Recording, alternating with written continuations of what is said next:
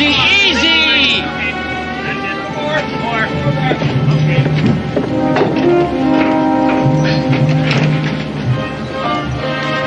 That wagon has to be dead center.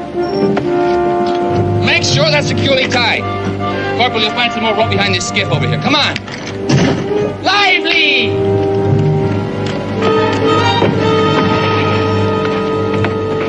There it is, Daniel. Food, medicine, and ammunition. The difference between survival and total annihilation for Fort Courtney. Well, with any luck at all, we ought to be there in 3 days, Major. 2 days, Daniel. The fort can't possibly hold out more than another 48 hours. Major? The cargo's ready for loading, sir. Very good, Lieutenant. Proceed. Sir,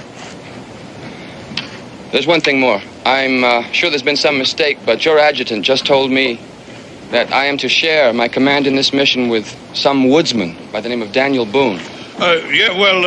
We can discuss this later. Oh, no, Major. Let him go ahead. He may have come up with some first-rate objection to that backwoodsman. Lieutenant Nolan was only recently transferred here from the east, Daniel.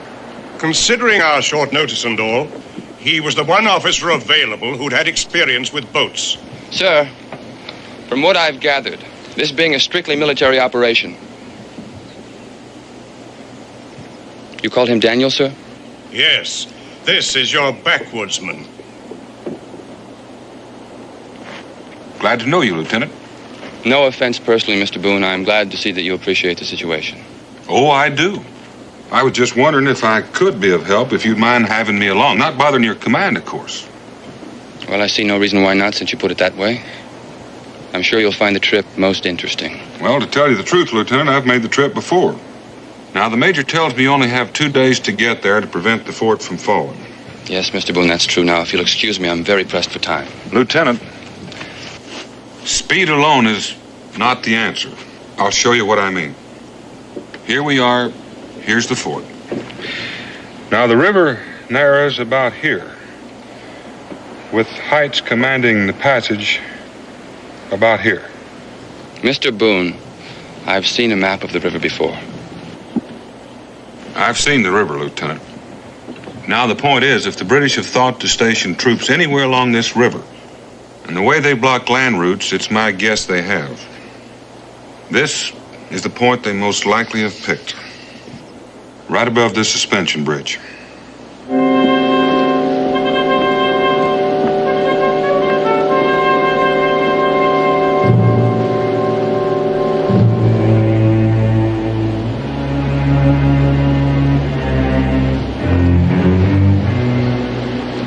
One degree correction. Fire when ready. Yes, sir.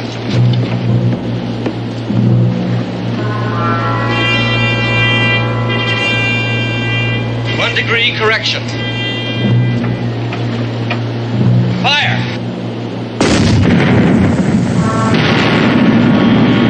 Perfect! Freeze that trajectory and we can't miss. Yes, sir. If anything comes up that river, it'll be blasted clear out of the water. I only hope they do use a boat. With the gunpowder they'll be carrying, one shot would do it. The blast will be heard from here to Fort Courtney. If not, by good King George.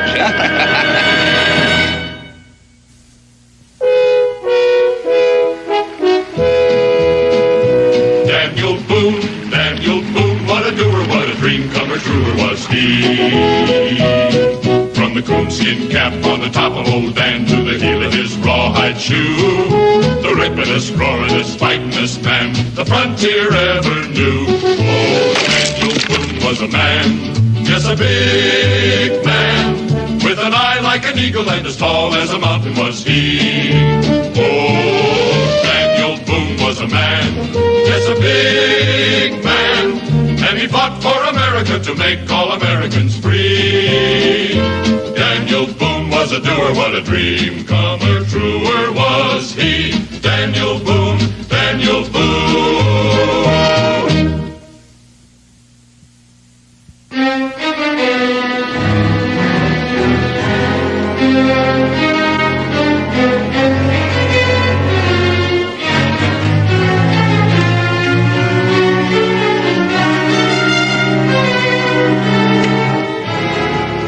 I'd feel a lot better about this expedition, Daniel, if you took those soldiers with you. Well, I'm not one to turn down help, Major, but unless they're Pullman, there's just no room on board. But suppose you do run into a British force somewhere along the way. Well, I don't suppose I could carry enough soldiers in that situation to do any good anyhow. I suppose not, but that young lieutenant. Oh, I think you'll be all right, Major. Just needs a little seasoning, that's all. Gentlemen, the Army needs 5 men to pull that flatboat upriver. Unload, free ride back downstream with the current, 3 days in all. But I need very experienced polemen, because we've got to get there in a hurry. What's the rush, Sonny? Yeah, we ain't going nowhere. I'm on the hurry. You in a hurry, Barnes? I don't see that concerns you. Nobody pulls nothing on this river unless I say so. So where you're going, why, and how much concerns me plenty. Mm-hmm. Well, I would think that you men could use all the work you could get. That's so? I'm still waiting for the answers, Sonny. With time running out, Lieutenant, I wouldn't think we could afford to be too choosy. Mr. Boone, I can't afford not to be. 1 man with character is worth 3 with none. It's amazing you found out so quickly. It's a matter of training, Mr. Boone. You take that man there, he could prove invaluable. He has leadership qualities, experience, spirit. It's pretty fair in the muscle, too. You. You're apparently the one to deal with. I'll need 4 men on the poles and 1 man on the sweep. In the first place, the name is Strunk. Mr. Strunk. All right, Mr. Strunk. You'll do for the sweep. And I'll leave it to you to choose the 4 best men in this lot. Just like that. Where to? How much? I don't think we should tell him where we're... Fort Courtney. And $20 a man. Go soak your head, Lieutenant. We ain't gonna make a trip like that for no 20. Wait a minute, Strong. Why don't you speak for your... Now you make that 30, and we'll think about it. The lieutenant can't afford $30. He was just about to tell you that. Now, if any of you men are interested in this offer, I suggest you start loading those supplies on the flatboat. We'll be shoving off here shortly. Mr. Boone. Wait a minute. Now, Mr. Strunk, you wouldn't want to keep your shipmates from earning a good, honest dollar, would you?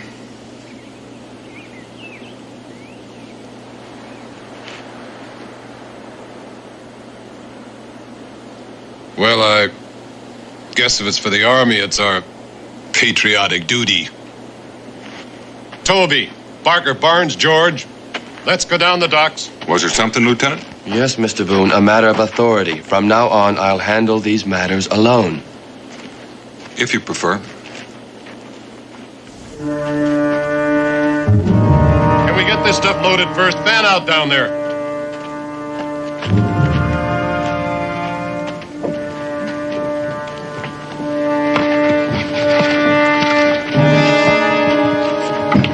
You get that stuff over there.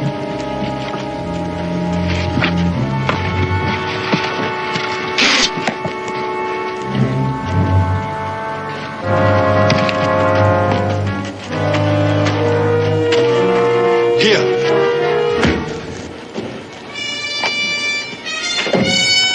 Very efficient, mon ami. Very good.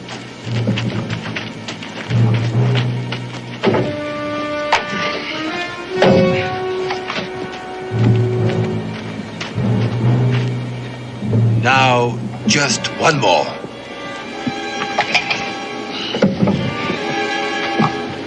What happened to Barker? So I go off down the street? Barnes. Tell Barker to get down here on the double, or I'll have to replace him.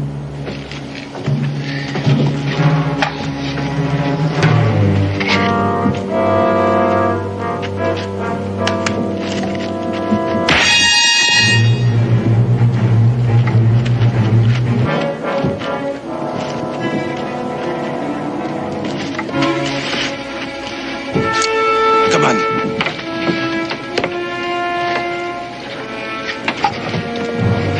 You, what are you doing here? That's all right. He's with me. Oh, he's with you. Off, both of you.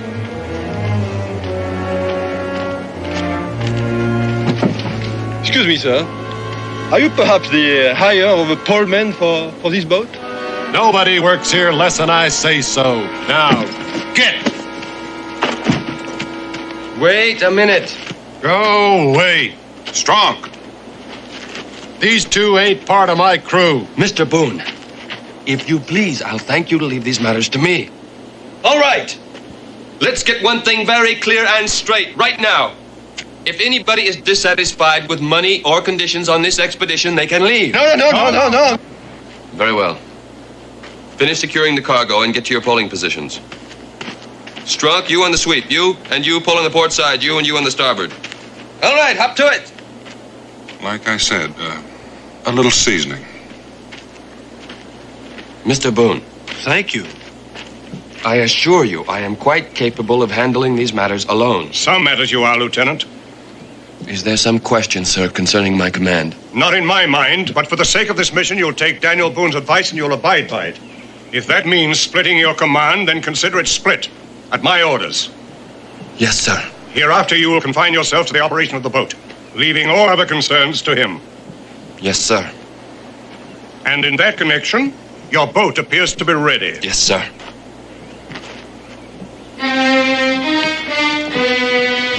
All hands prepare to move out.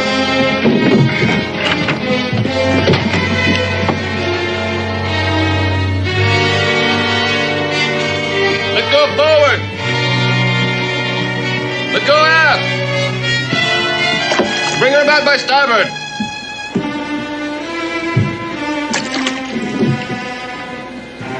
Push, boys, come on!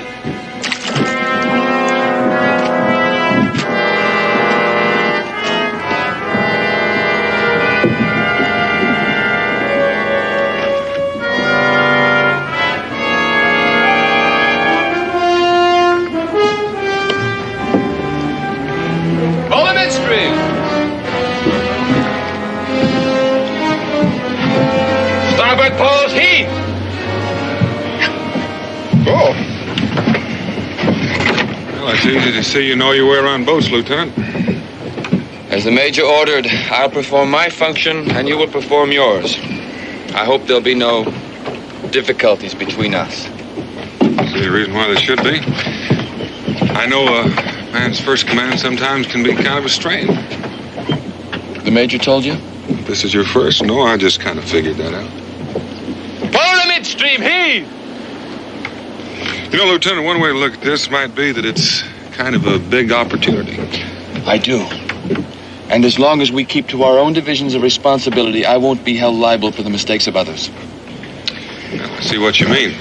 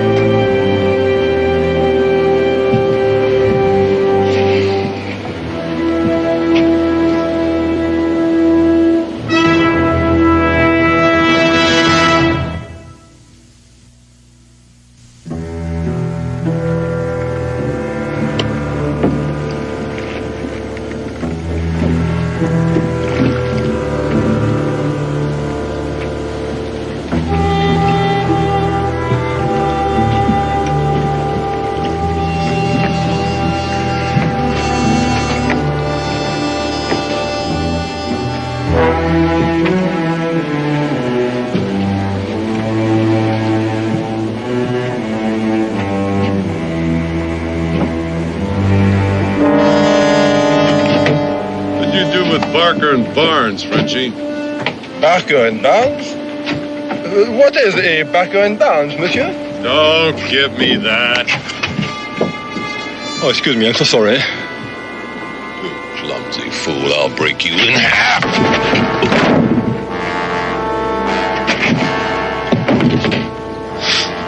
Would you perhaps enjoy a bit of sport, monsieur? This is an excellent weapon. Makes a good game, doesn't it? A game you want? Yes. Marbles, bumbledy peg. It's a boy's stick. It's a man's weapon. Mr. Strunk, what are you doing? Back on that sweep before we go aground. You're right.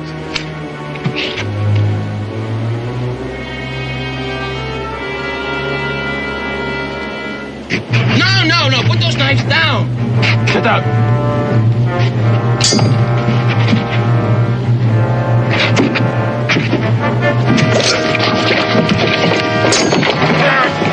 All right, Legrand.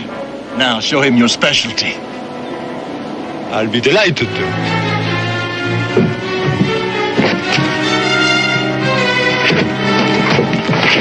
Seems you gentlemen don't hear commands too well. With the lieutenant's permission, I'm sure you all have good hearing for the clink of coins. And if there are any more shenanigans like this, those responsible are going to have their pay docked by half. And if you don't like it, you can always swim back. Right, now back to your post. You've cost us valuable time.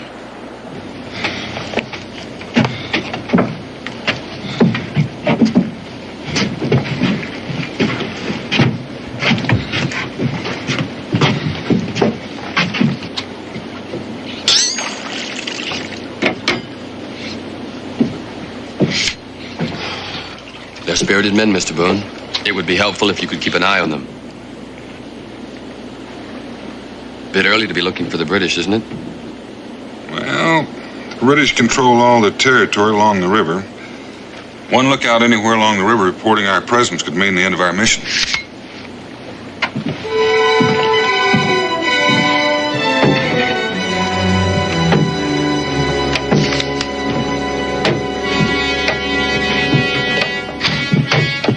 I knew it was a mistake to bring them to. It was a mistake for you, Strong. You'll be shown for the blowhard that you are. Listen to the braggart. He can't even buckle his shoes without the help of a sidekick. You better pay attention to your job, Strong. We run into those logs down there, we'll all end up in the river.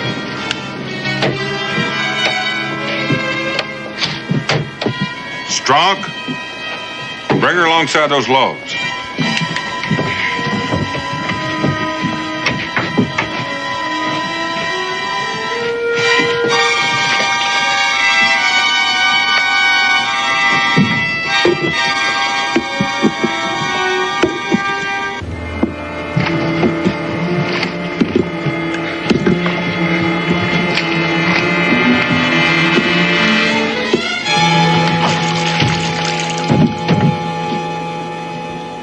That log was blasted by a cannonball. Must have floated all the way down from Fort Courtney. Well, you're right about the cannonball, Legrand, but it didn't come from the guns at Fort Courtney. I'd say this cut hadn't been exposed to the water more than 2 hours. Meaning? Meaning that there's a cannon upriver from us. Most likely British, and more likely commanding the river passage. Look here, Lieutenant. I'll show you what I mean, Lieutenant. We're about here. I'll cut across on foot and scout the suspension bridge. Then I'll hurry as quickly as I can and rejoin you about here. And if you're not at that point by the time we arrive, you expect me to wait? That's right, Lieutenant. Mr. Boone, I can't afford any delays. We can afford to be blown out of the water by British cannon even less. Now listen, that part of this mission is my command, and my orders are to proceed as quickly as possible and without interruptions. I have orders too, Lieutenant, and certainly one of them will be to prevent this from becoming a suicide mission. But what do you expect to gain? If there is a British cannon waiting for us, what can we do about it? We still have to try to push through. No, Mr. Boone, I'm sorry, I cannot. Now, Lieutenant, I don't know what, if anything, I can do until I have a look. Now, in the meantime, despite these buckskins, I think you ought to know I hold the rank of Lieutenant Colonel. I'm ordering you to wait at that curve of the river until I get there. Hold up on the pole!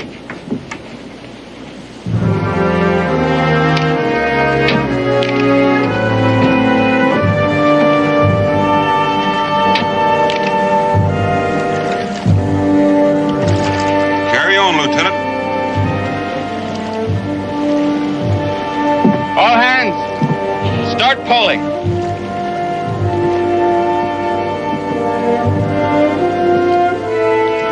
And from now on, you'll pick up your strokes. We've got a lot of delays to make up for.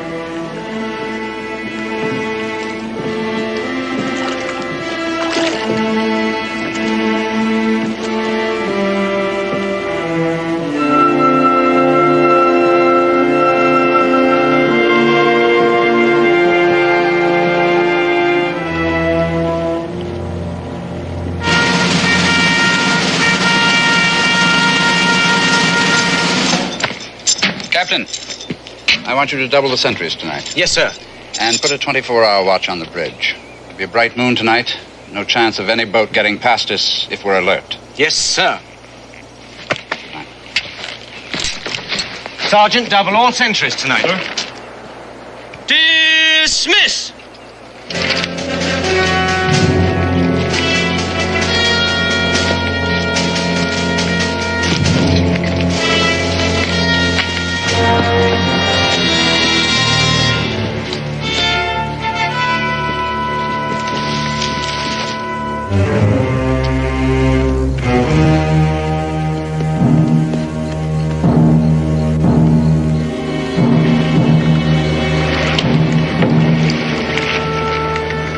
Hold it.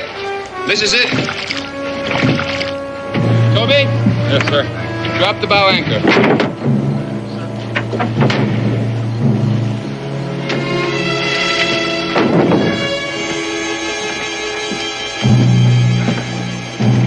Rest your poles, men.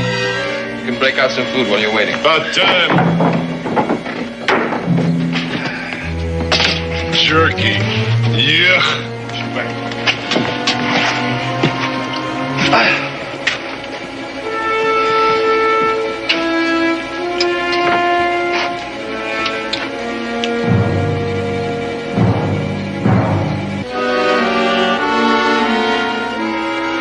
Funny, I never seen you two around town before. Well, we're just passing through. We come from south of here. Peculiar place must be. All wear them bracelets around their ankles? About you, you wear them too?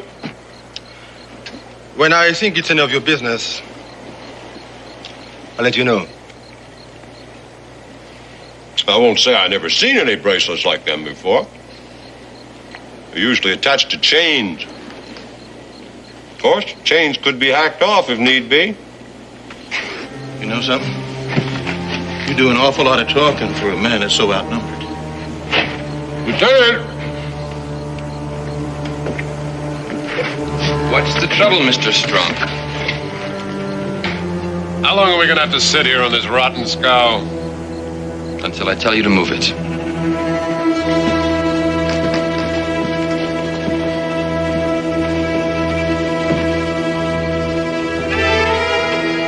All right, Strong. What are you after? What do you got? Nothing, probably. Except maybe a price on your head. Let's get off this thing. Stand apart! Mr. Strunk, what is going on here? You got yourself a couple of escaped convicts, and I'm claiming the reward. Convicts? Yeah, right down to them ankle chains. Toby, bring me some rope. You're both under arrest. You'll be confined and turned over to the authorities at Port Courtney. That would be very unfortunate. Very, but I have no other choice. Hey! Thank you, Lieutenant. Now stand back, the both of you. We are getting off here, mates. First one that moves gets the charge. Fair enough. I'll see that you get this one. Now drop that pistol. Drop it. You drop that boat hook, too.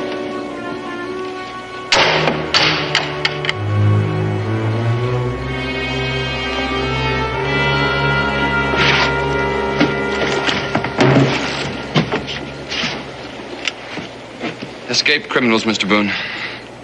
If I hadn't been so bullheaded. It's lucky I got back when I did. We're gonna need all hands. You mean you intend to allow these two to continue on our expedition? Lieutenant, we don't have any choice. I'm gonna need their help. Their help? I found the British, a whole passel of them camped out above that suspension bridge and the cannon. Grab 2 shovels, about 30 feet of that line, and a keg of powder. You two are going with me. Good riddance. These men are escaped convicts, Mr. Boone. Dangerous men. They'll try to kill you and escape the first chance they get. Yeah, I expect they will, but I'll just have to see that they don't get the chance. Why don't you swap with me? Your pistol will be handier for climbing. You have a plan? Sort of. This will leave you with only 2 pole men and Strunk, which means you'll be able to travel about half speed. I reckon you can get to the bridge about dawn. That ought to give me enough time to fix that cannon so it won't blow you out of the water when you try to run past. Monsieur Boone, we are going where? We're going to pay the Redcoats a visit. That's dangerous. I reckon it'll hold your interest. You cannot force us to go. That's right. I can chain you to the wagon. But if you come with me, you figure you'll have a chance to escape, so I reckon you'll come. Monsieur Boone, I am going to regret killing you. Your apology is appreciated. Now let's get started. Very well.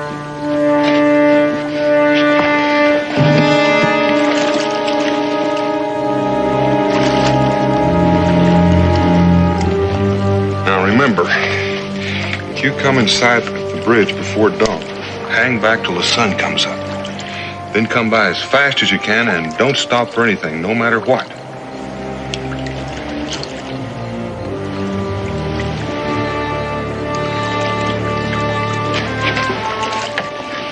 I can count on you, can't I? No matter what, Mr. Boone.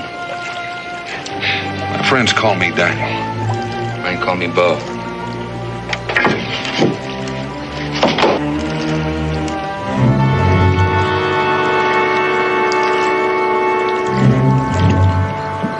On the bow, up anchor.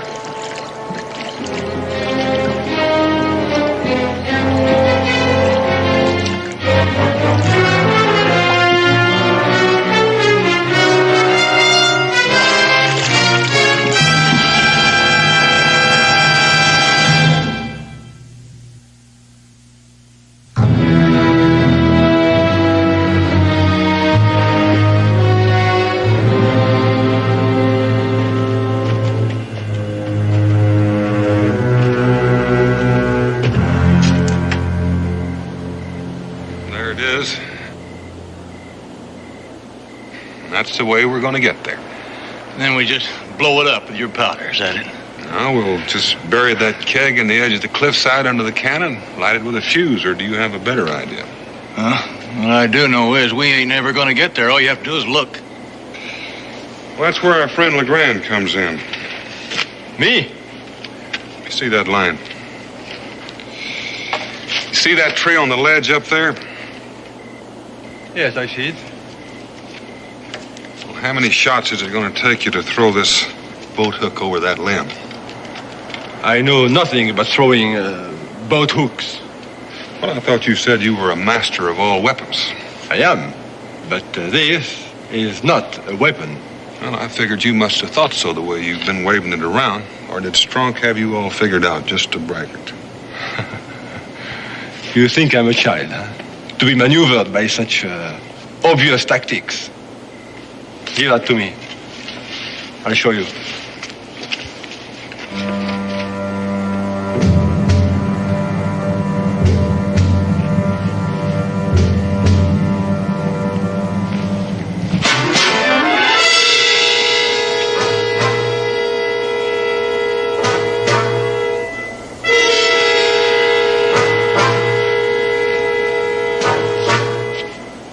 Well? It was fair. Fair? All right, Malloy, you're first. Start climbing. I can tell you right now, nothing's going to come of it. I can tell you one thing's going to come of it. Before the night's over, you're going to be a pretty fair mountain climber.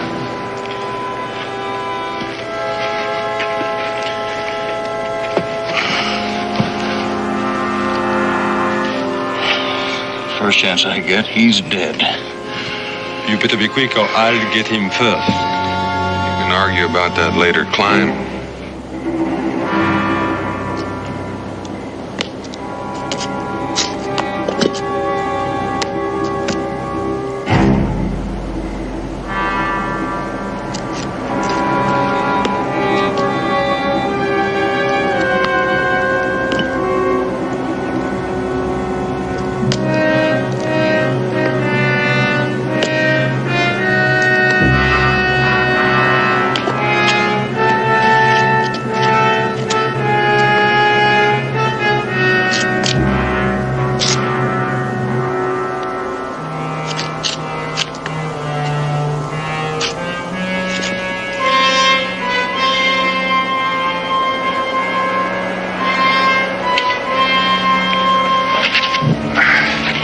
Here, make the barrel fast.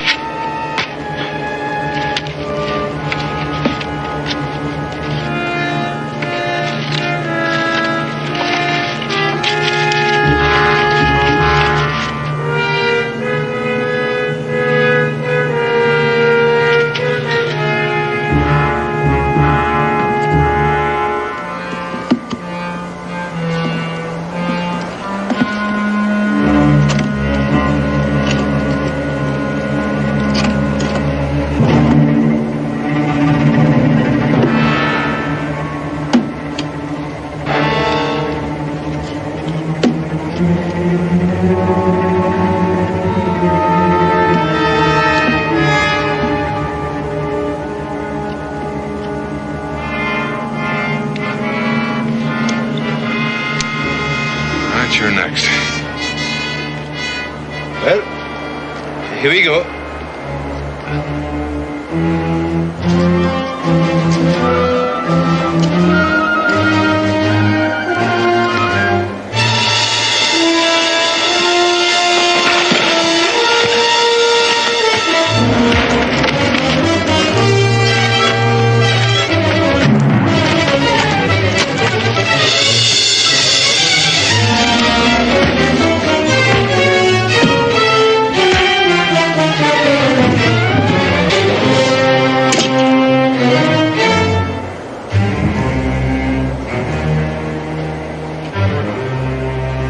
Why don't you fire?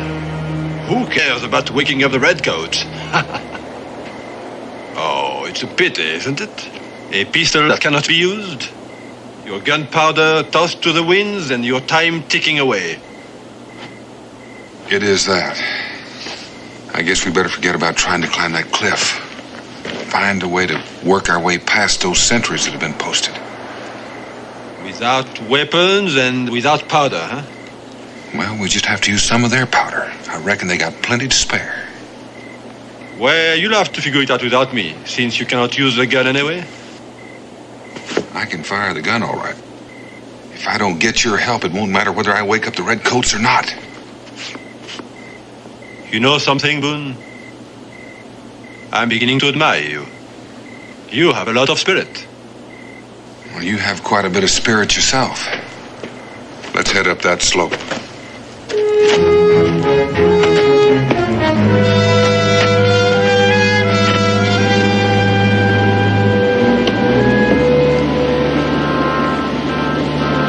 This is as far as we go. Toby, drop that anchor.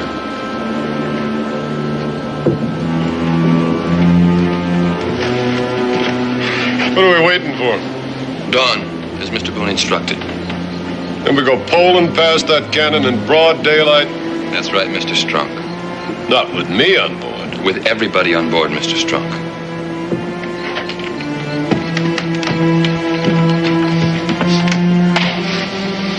That's what you think.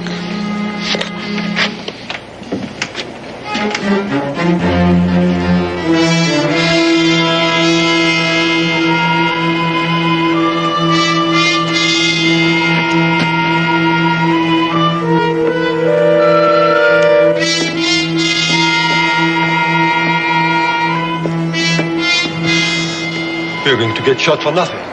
We haven't a chance of getting that cannon. See?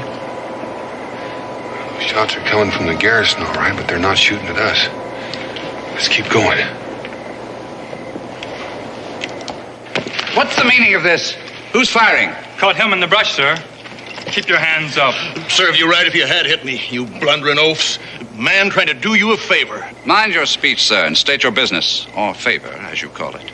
Well, fact is, it's a bit of both. Business for me, favor for you. But I'll do my talking to your officer in charge. You are talking to him. Which I could do a lot better not being treated like some low-down prisoner.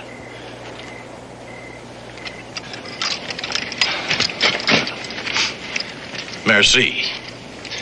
Now, just what is it worth to you to find out something new about them supplies they're heading for Fort Courtney?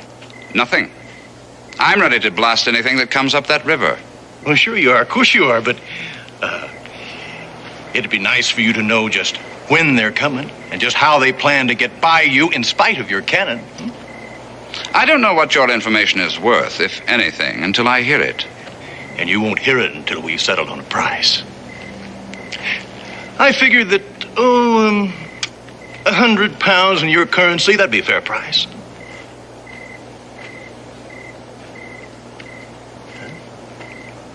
Well, while you're making up your mind, he'll come in here and knock your cannon out. How? How do I know you're not lying? Because I can prove it just as soon as we agreed on price. Very well.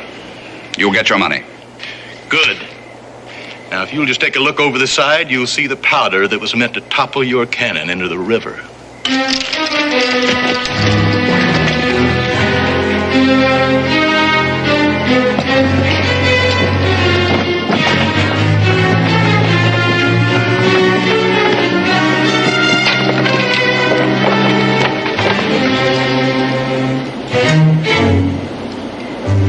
Looks like a keg of powder, all right, sir. Splintered, but nothing else. All right. How many men? And where are they now? Well, there was 2 of them last time I saw them. But if the man in charge has his way, they'll disable your cannon before they bring the flatboat with supplies into range. Flatboat, yes. I'd anticipated something of that sort. You'll get your money when that boat is destroyed. You men, guard the approaches to this cannon and shoot anything that moves.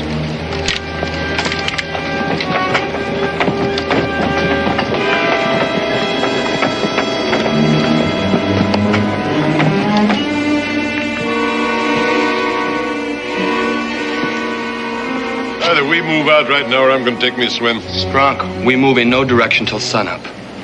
You take one step for that side and I'll blow your brains out. The way you handle that seems more like a gun for Boone than for you. Mr. Strunk, once I pull this trigger, I doubt if you could tell the difference.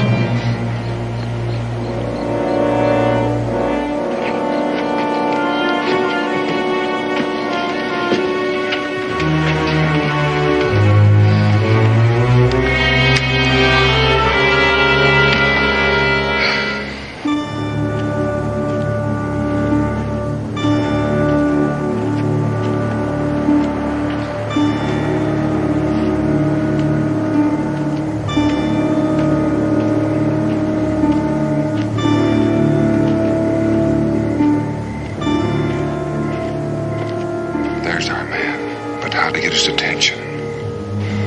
I have just the weapon for the occasion.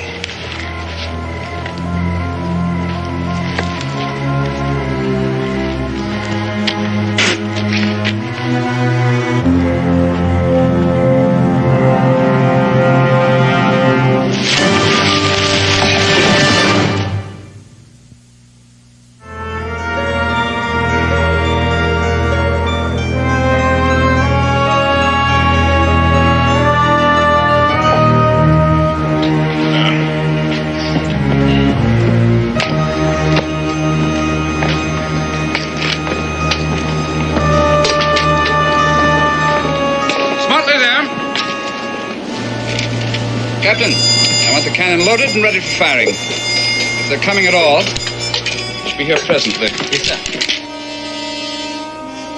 Break out the powder.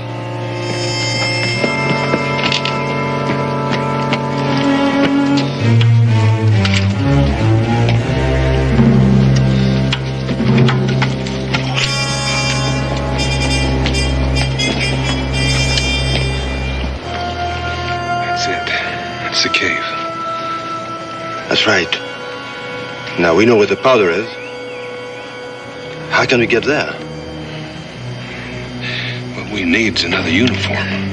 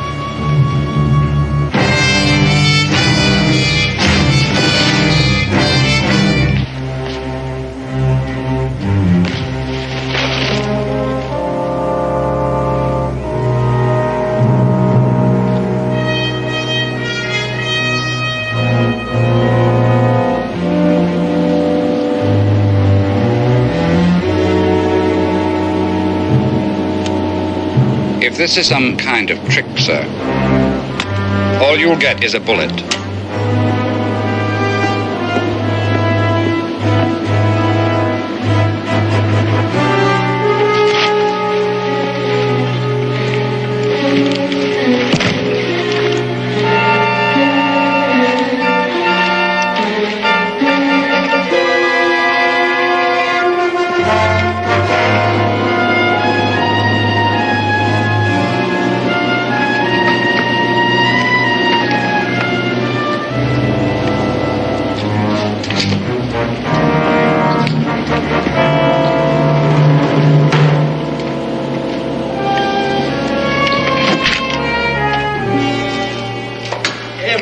Here we are. Brent, you're supposed to be an expert on all kinds of weapons. Any idea what would happen if we set off all this powder? A shallow cave like this, the blast would level everything on the outside for quite a distance. That cannon is lined up directly in the mouth of the cave. Yes, but there is first the matter of setting off the explosion without including ourselves in the blast.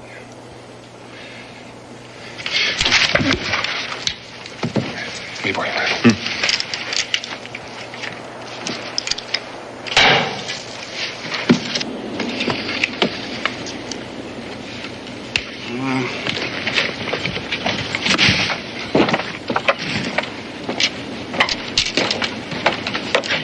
Patience, Colonel, patience. She's got a stripe-happy West Pointer for a captain. He'll get her here if he has to push her.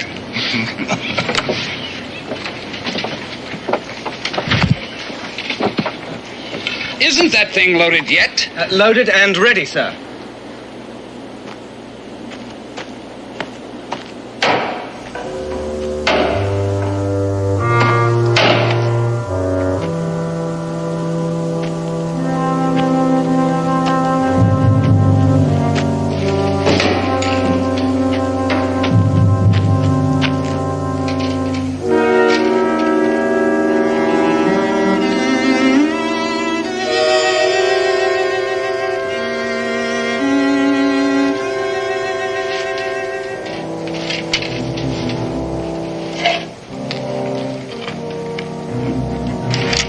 Captain!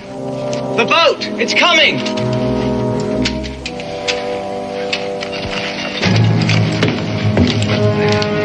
All men to your post!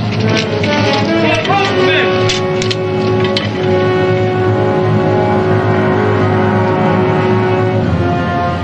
She's here. Loaded to the ears. Make ready for firing. No one would show up on time.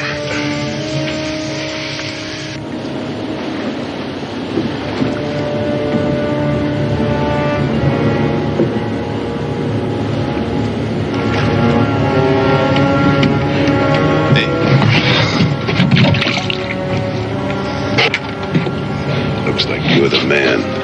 He trusts you. So belt him. Get that gun. I don't want to have anything to do with this. You will if you don't want your head split in about 30 yards. He's just a boy. He's just a lad. He ain't worth 3 of us. As if you're still around to be counted now.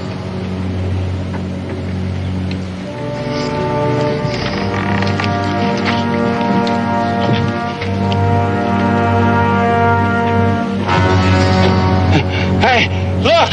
It's the British cannon.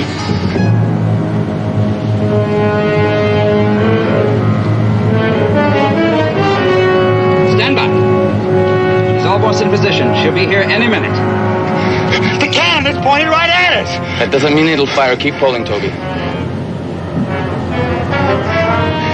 Get on with your work, Toby. Strong, move!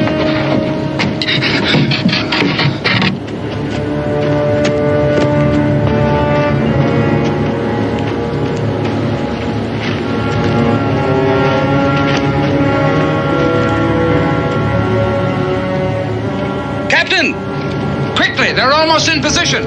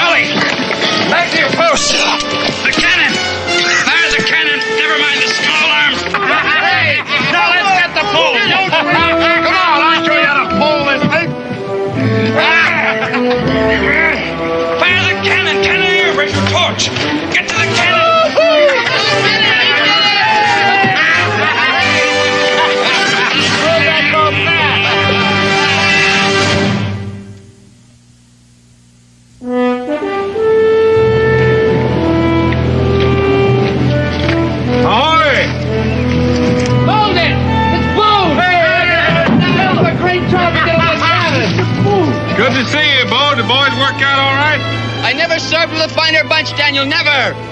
Well, you made out better than I did. Why? What happened? Well, I kind of hate to tell you. Malloy caught me off guard. Turned British informer. And Legrand? Legrand? Well, I guess I lost him in the confusion.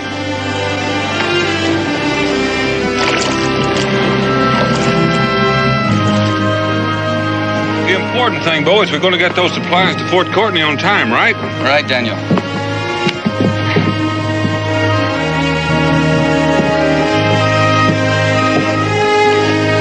Hey!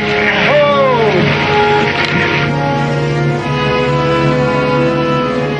Bon voyage, gentlemen.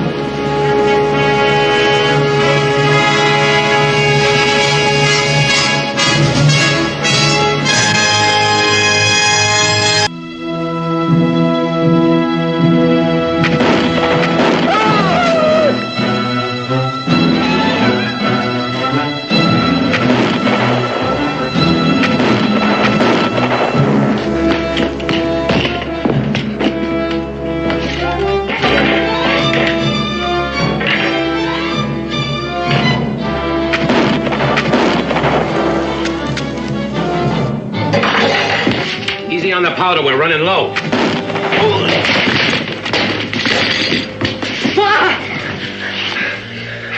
Your mother's valuables. Quickly.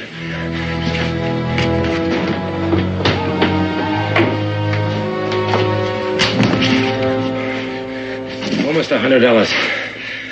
Your mother put it up for you. Cal, she was a thrifty woman. Mine, you'd be the same. Don't talk, Pa. I'll hold them off. Too many of them. Now, you listen to me, son. A man that won't face fact when he's got to ain't worth his salt. Now, use the tunnel. Take the Spanish horse and make for Boone's burrow and get to Daniel Boone. Your mother had kin there, Baltimore. And Daniel will help you locate them. I'm not going to leave you, Pa. That horse. That's all I've got to give you. I think his lameness can be fixed. And he may be of some value sometime. Take good care of him, son. And maybe someday he'll take care of you.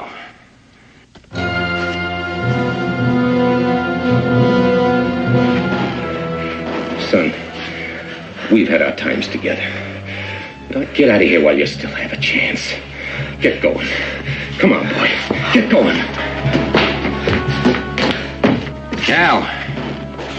Take care, son. I'll come back with help as quick as I can, Pa.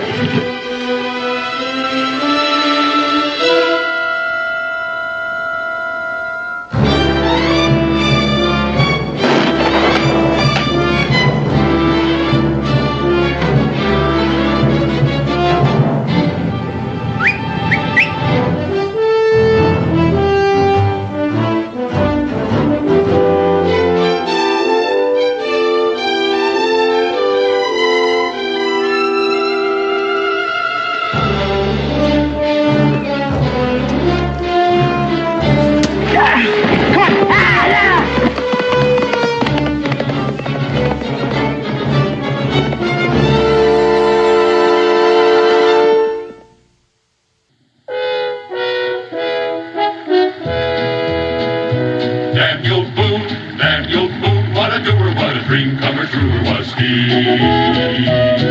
From the coonskin cap on the top of old Dan to the heel of his rawhide shoe, the ripin'est, roarin'est, fightin'est man the frontier ever knew. Oh, Daniel Boone was a man, yes, a big man, with an eye like an eagle and as tall as a mountain was he.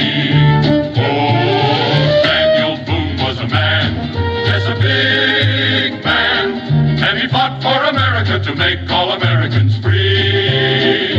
Daniel was he, Daniel Boone, Daniel Boone.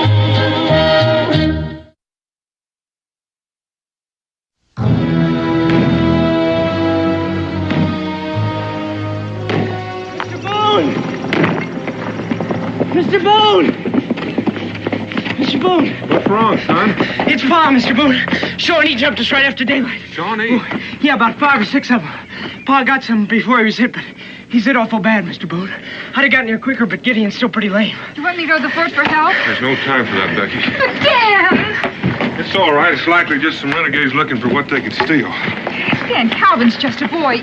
You don't know what you might find. Caleb Trevor's his father, Becky. There's something a man has to do, even a young one. He'd never forgive himself if he didn't go back. Chavez will take care of his horse. Come on, son. Yes, sir.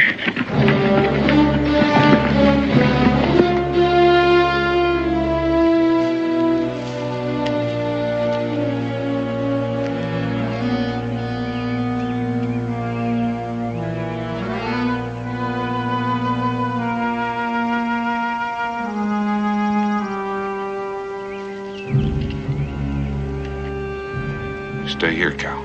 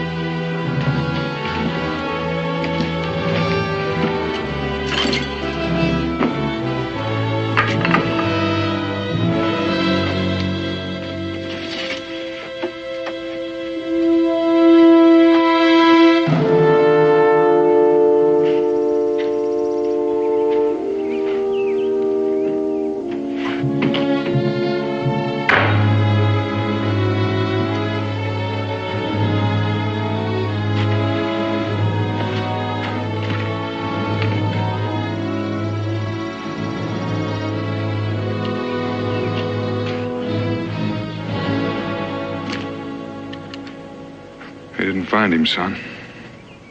He made it to your tunnel somehow. He's dead?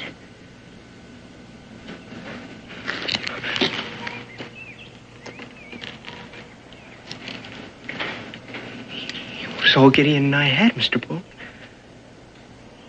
We were going to do so many things together. I shouldn't have left him. Cal.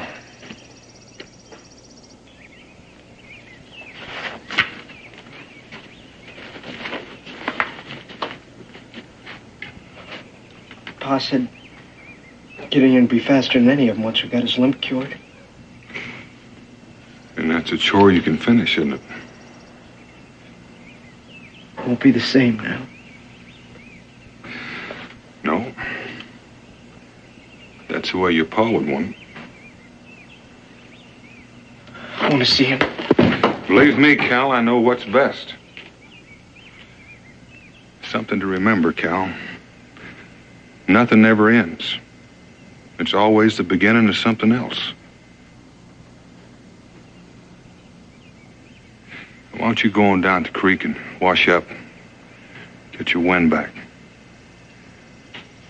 I'll be along directly.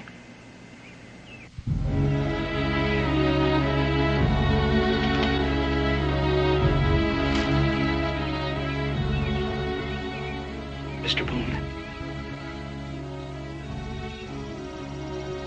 He always set store by the shade of that big old tree over there.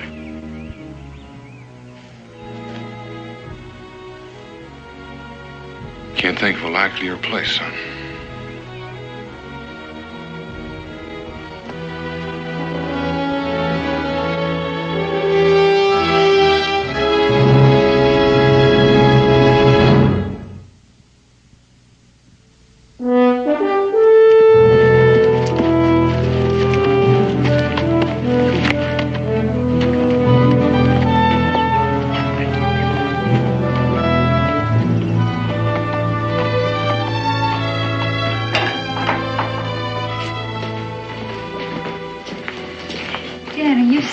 those letters. Well, I'm almost done. Think you'll be able to locate Calvin's folks? Caleb Trevor didn't leave much to go on. I doubt if he heard much from his wife's people after she died. And they may be a little difficult to locate after all this time. I'm worried about that boy, Dan. I was thinking, if you say so, we can keep him here with us. We could, and we will, if it comes to that. But he needs his own kin, his own blood. He needs to belong. There's no way we can give him that. Just concerned about him, that's all. You know, if I'd give you leave, you'd mother the whole world, Becky Boone. Now, don't worry about Calvin. He'll make his own way. And that's best. Gideon, come on. You gotta try. You gotta put your weight on it. You're favoring it too much, boy. Now, come on. Come on.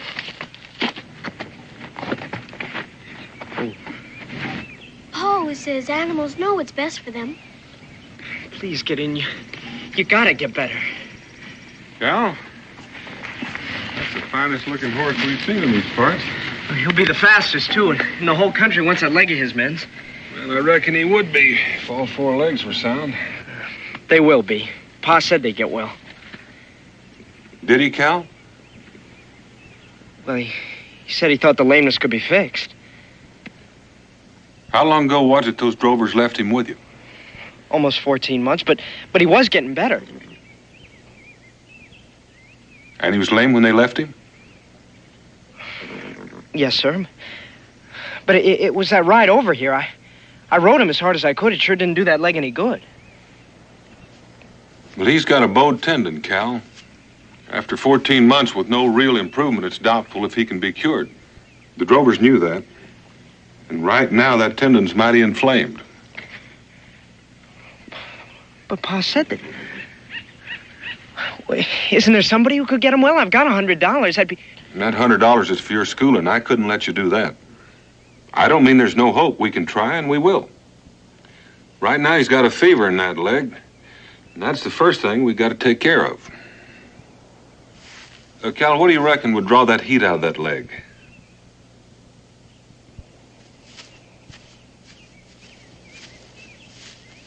Do you think his leg can be fixed, Pa? Well, we can try, Israel. Cal's got all of his hopes wrapped up in this horse. Anything I can do to help? Yes. Yes, you can. You can go ask your ma for some rags, and then we'll get some mud and some herbs, and we'll make poultice. Yes, Pa. I've got to tell you, Cal, the chances are pretty slim. I think you ought to face that now. Yes, sir. What'll happen to him, Mr. Boone, if he can't be cured? I mean, will we have to do what they do to horses when they break a leg? There's no point in worrying about that now.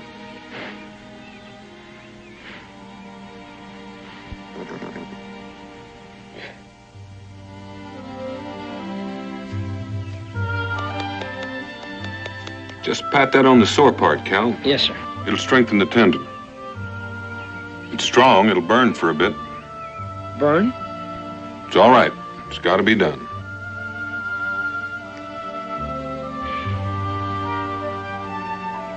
It's going to need a little exercise to keep him stiffening up. A little more each day until he gets his strength back in that leg. Yes, sir. Well, you want first, Israel? We're gonna make him the fastest horse in Kentucky, the Virginia, and the Carolinas, too. Well, like your pa says, we're sure gonna try.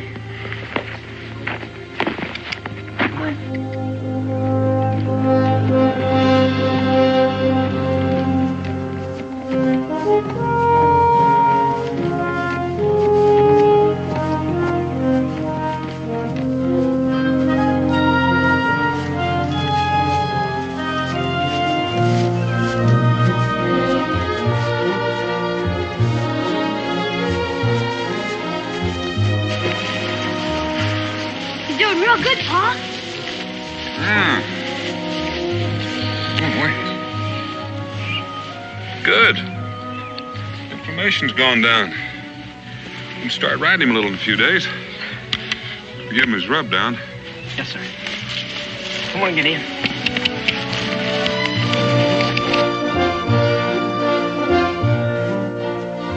Oh, Gideon. Sure seems like he wants to go. Think we can let him out a little bit more? No, not until your pa's really sure that leg is healed. Now, come on, it's my turn.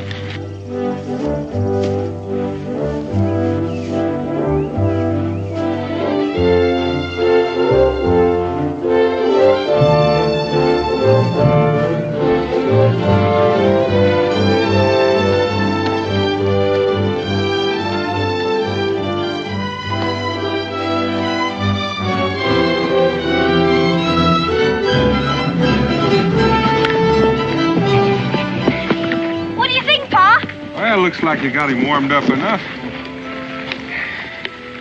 Let's take a look. See if all that work paid off. What do you think, Cal? Looks good. Yeah. How is it? Sound as a dollar. You sure? See what he'll do. I'll give you a mark, Cal.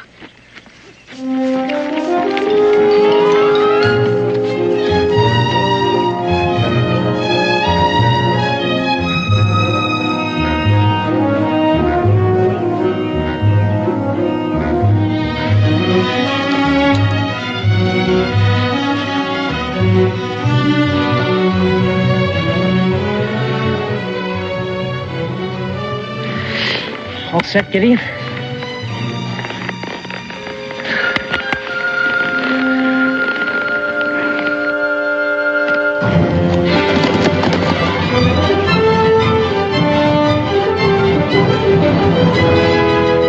Come on, Cal. Come on. Come on, Gideon. Come on, go. Go, Gideon. Come on. Come on.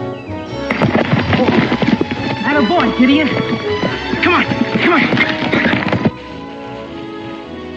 You know, Dan, another time in another place, you might have been a real sport. Yeah, might at that. It's quite a bit of horse for that boy. Calvin's quite a boy. And you did a proper job on that animal's leg. Yeah, if it holds up, you can't tell about one of those things. But you put it to the test. Oh, I almost forgot. Cincinnatus gave me this as I was leaving the fort. Came in on a trader's wagon. Come on, Cal. Come on, Gideon. Come on. Come on, Cal. Try it out. Come on. Cal! Israel! Cal!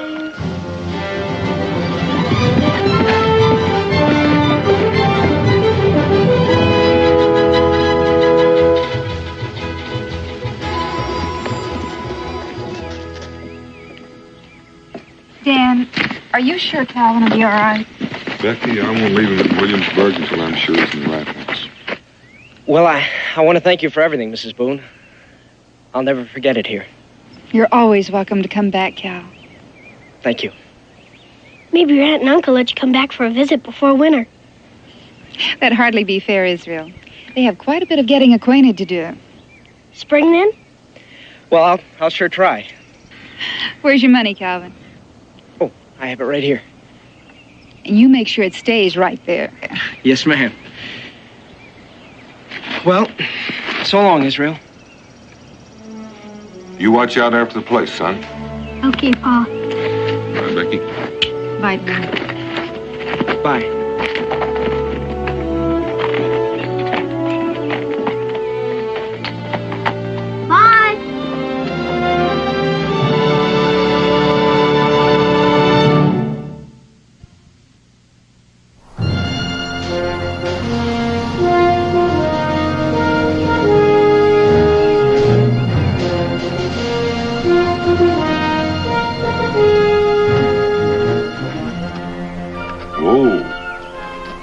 We may be here 2 or 3 days, Cal.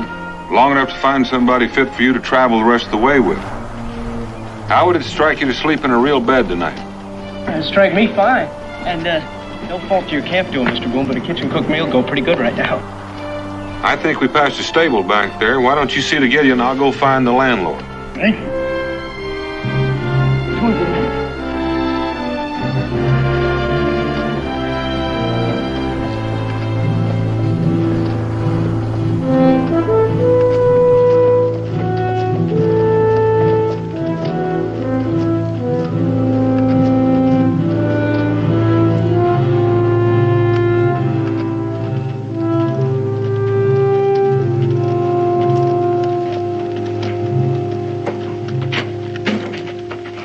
Pardon me, sir. I was wondering if I could stable my horse here. I'm not the proprietor. Oh, well, is this gentleman over here the proprietor? No, he is not. He works for me.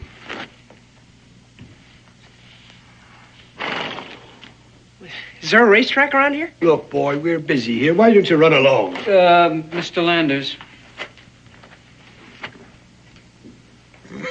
Well, You interested in racing your horse, boy? from the looks of the animal, I'd guess the answer was yes. Well, yeah, tell me, boy, have you ever raced your horse? I've never even seen a real race, not like that one, with the jockeys and fancy duds and all. Oh, it's the spectacle of a lifetime, the sport of kings, you know.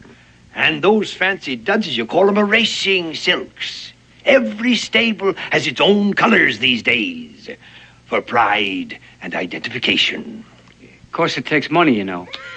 Entry fees and all. Oh, well, all I've got's $100, but I'm sure that Gideon could beat anything. Whipper, show the lad our colors, eh? Whipper, there's my jockey. And my name is Landers, Jeremiah Killingsworth Landers. How do you do, sir? My name's Calvin Trevor. The pleasure is mine, young man. And where are you from, that you've never shared a sportsman's finest hour? Boonesboro, sir. Boonesboro, Kentucky. Daniel Boone settlement, huh? Well, that explains your ignorance of the finer things of life. Let's just see how that cap fits. How's that? Right, smart. Yes, sir. Come here, Whipper. Look at the lad. He makes a fine-looking jockey, eh? I envy you, boy, what you've got to look forward to. Gideon, eh? Belong to your pa?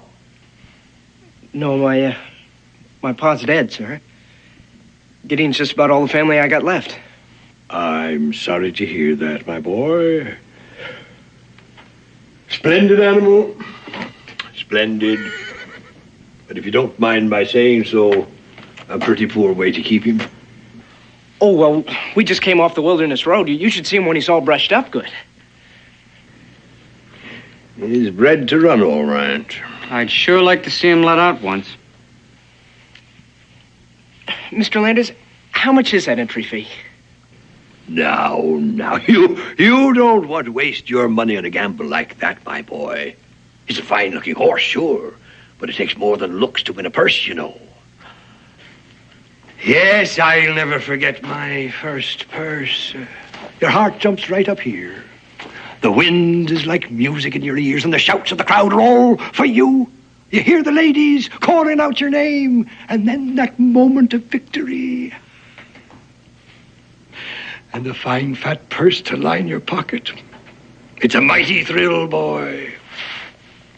A mighty thrill. Looks as if he'd been lamed up pretty bad for a spell.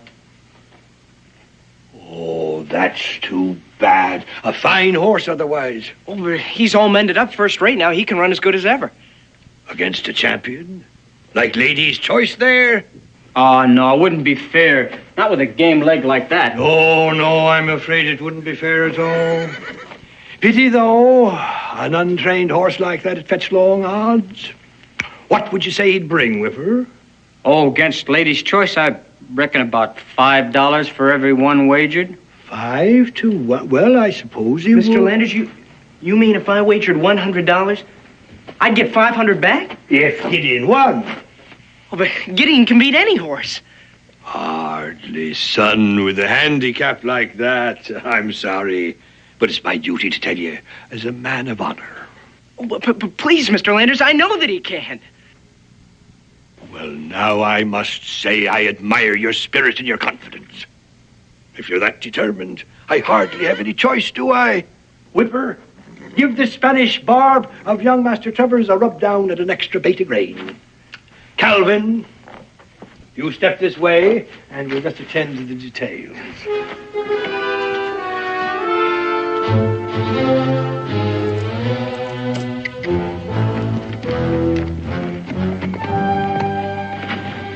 But, Mr. Boone, my pa said that Gideon would take care of me. He wouldn't want you to get it that way. But, Mr. Boone, don't you realize... And I'm sure he wouldn't want you to risk all the money you have in the world. But Gideon won't lose. Cal, you've never even seen Lander's horse race, and chances are you've never seen a horse race. And yet you're willing to put yourself up against a man whose business is horse racing. Please, Mr. Boone, I don't think I've been cheated. I was the one who won the race. I'm sure he made it seem that. But I know that Gideon will win. Excuse me, sir. This is a private club for gentlemen only. Oh? Well, do you have a gentleman by the name of Jeremiah Landers here? Mr. Landers? Who shall I say wants to see Mr. Landers? There he is. Mr. Landers? Well, friends of mine, O'Connell, what can I do for you, young man? Mr. Daniel Boone, Mr. Landers. The famous frontiersman, Mr. Boone. It is a pleasure. Well, that remains to be seen. You are the gentleman that enticed this boy into wagering every penny he has, aren't you? Mr. Boone, I beg your pardon, but those are harsh words. Just plain talk, Mr. Landers. Did Calvin tell you I enticed him? No, but as a matter of fact. And since you weren't present, you're making a total assumption. The wager was made in good faith, Mr. Boone, on both sides.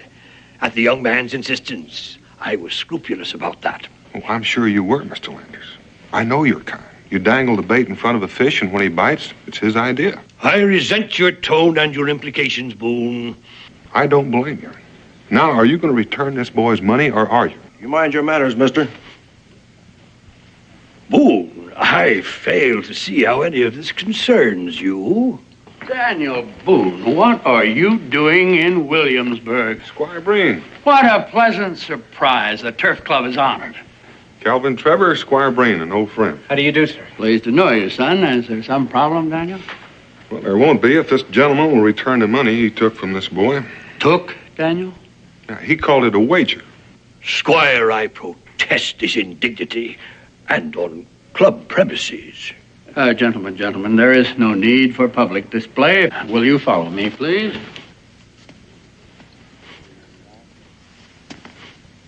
Would you excuse us, please? We have a private matter to discuss. Certainly. Thank you. Would you close the door, please? Squire Breen, I am not accustomed to this sort of treatment. I realize this man is a friend of yours, but frankly, his inferences and his accusations cannot go unchallenged. I demand an explanation. All right, Mr. Landers. Suppose you present your case. Well, it's very simple, Squire.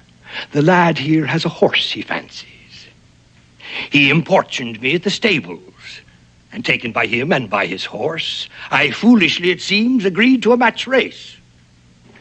With a $100 bet, a professional jockey and one of the fastest horses in Williamsburg.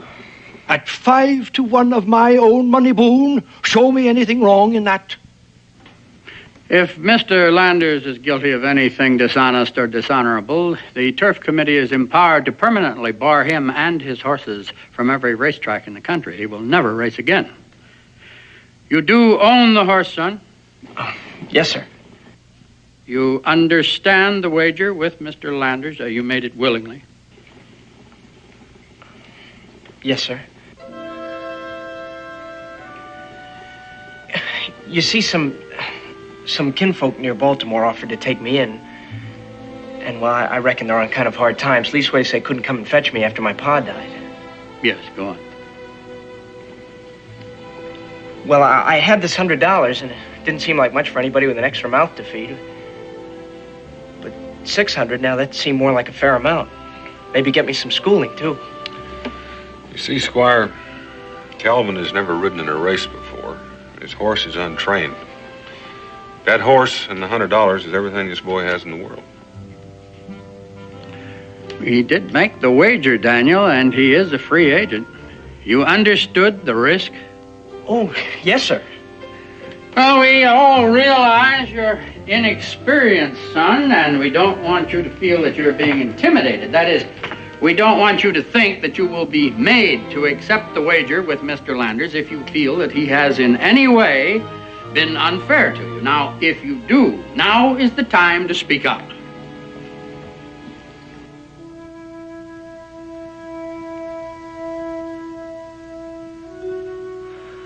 I reckon you'll hold it against me if I say I want to go ahead.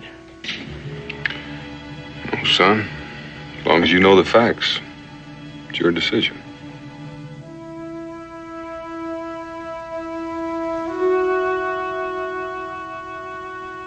I want to race, sir. Spoken like a sportsman. All right, then, it's settled. I understand your concern for your young friend, Daniel, but Mr. Landers has some right in the matter, too, and some lessons are best learned early in life. However, I believe it is customary for an impartial referee to hold the stakes in a wager of this sort.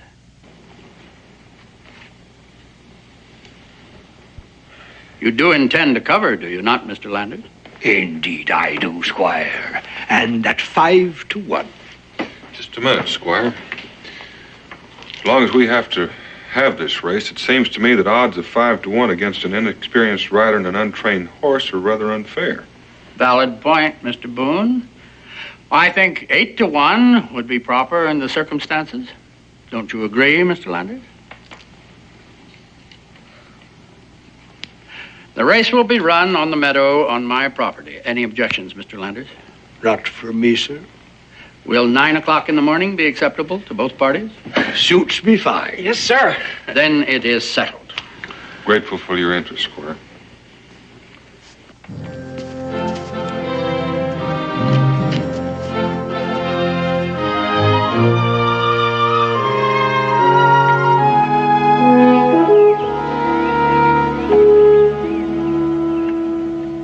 Looks like he's ready to go.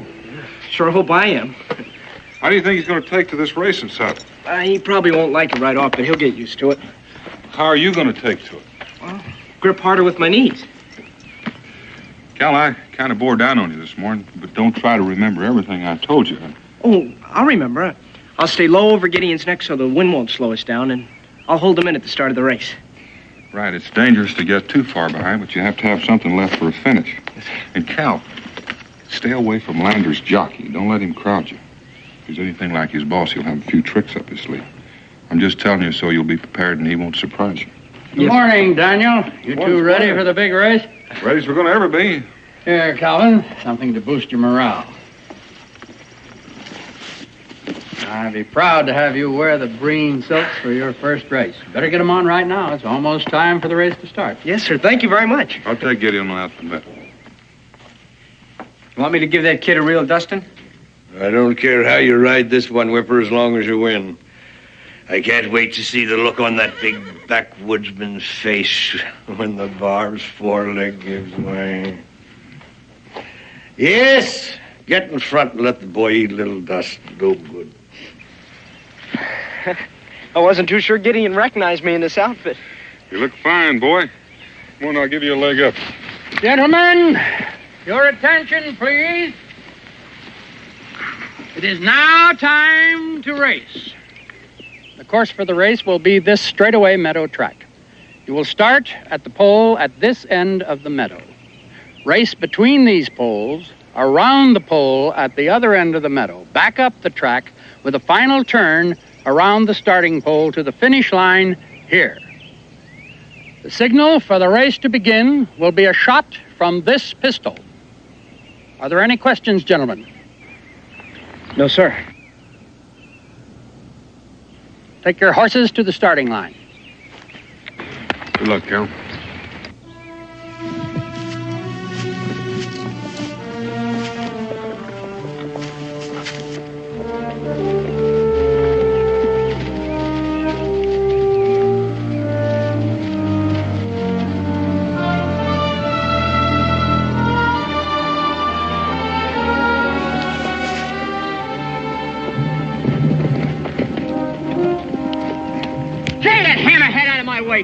keep that whip to yourself, will you? Gideon's never been touched. It's about time he learned a few things, kid. It's about time you learned a few things, too.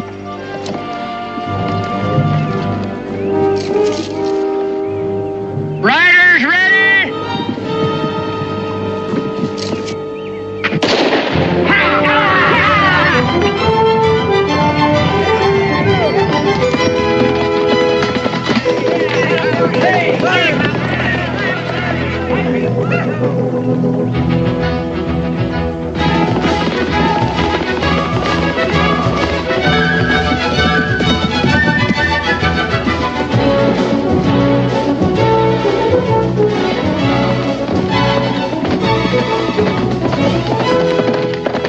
You're a good teacher, Daniel. That boy can ride. Now it's up to the horse.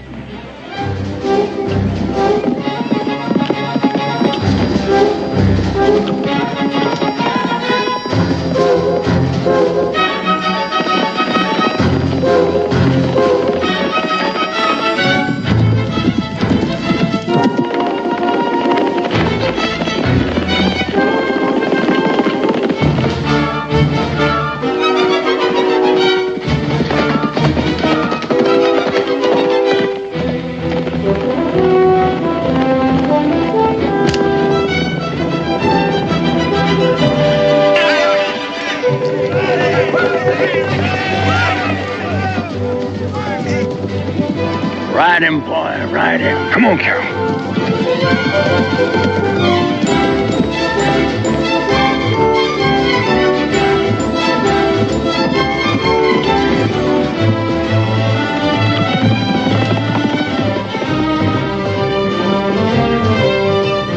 Come on, Carol.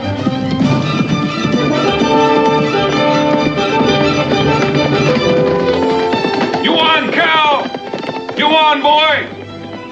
You won, Squire! You know what that horse would be worth on any track in Virginia, Daniel? $1,000, as he is, without any training. Well, I reckon he's worth a lot more than that to Cal about now. He did it, Mr. Boone. He did it easy. The two of you did, Cal. Splendid ride, son. Splendid. Mr. Landers.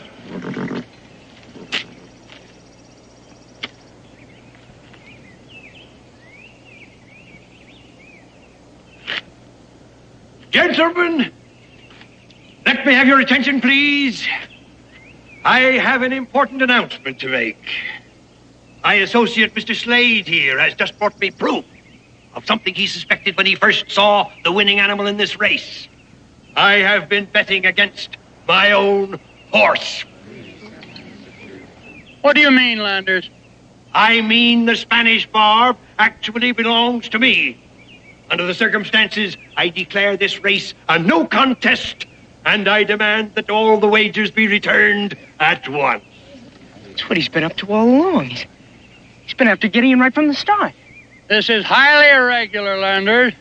But, Squire, I have the proof right here. Whatever that is, you cannot declare no contest on your own. That's a matter for the Turf Club Committee. Yes, Squire, but let them get at it quickly, please. The horse really belongs to me.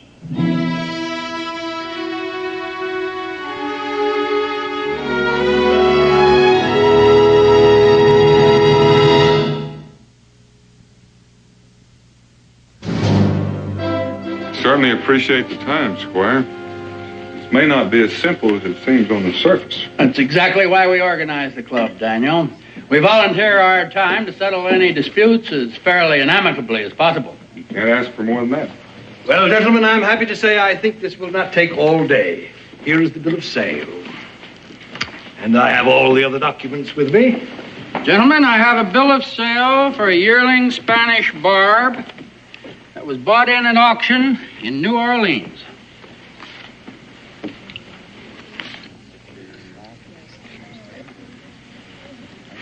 Description and date match. And here is the entry in the diary I make my men keep when they're away on business for me. It clearly states the same horse pulled up lame and was left with a man named Caleb Trevor near the settlement at Boonesboro. There's no question but what it's the same horse.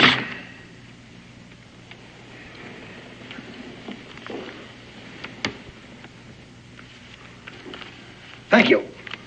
Now that's settled, we'll take possession of the horse. Hold on a minute, Landers. Is that the decision of the committee? I'm afraid so, Mr. Boone. I'll get the horse. Why don't we send somebody with him? He and that boy could sneak that horse of mine so far away I'd never see him again. Contrary to your opinion, Daniel Boone is hardly a thief, Mr. Landers. Well, Squire, we'll see. But if it comes to that, I'll not hesitate to ask the constable to issue a warrant for their arrest. I'm afraid you're ahead of yourself, Mr. Landers. Our only concern here is the good name of racing in this community. Whatever legal steps you take is your own affair, Mr. Landers. However, as usual, what you do will be judged by this committee as a measure of your fitness to be an acceptable member of this organization.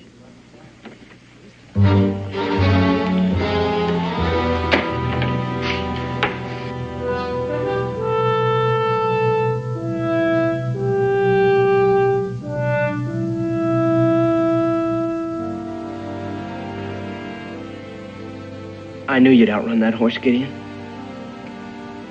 Pa was right. And now they want to take you away from me. It's not fair. You're my horse. You belong to me.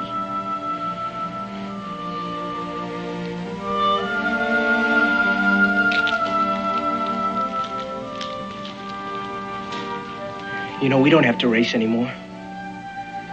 We don't need racing or towns or any of this.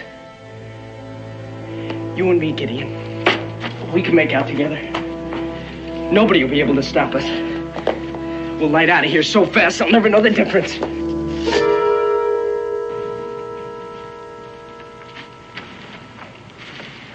I never figured you'd run from trouble. I'm not going to let them have Gideon. Cal, you were called upon to become a man real early in life. You've done a real good job up to now. I don't care what that Mr. Landers says. Gideon doesn't belong to him. When those drovers left him with Pa and me, they gave up claim to him. And now that he's sound again, it's just not fair. Maybe not. All of what you say is true, Cal. But Landers has a legal claim on that horse.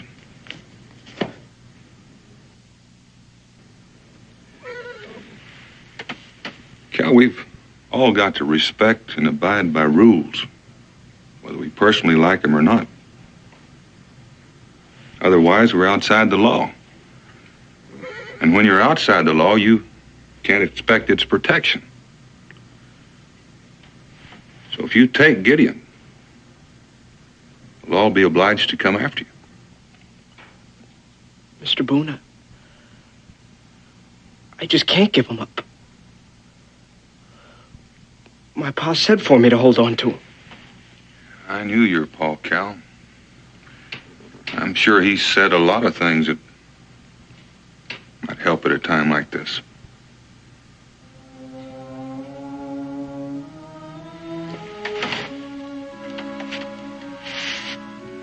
I reckon that's it.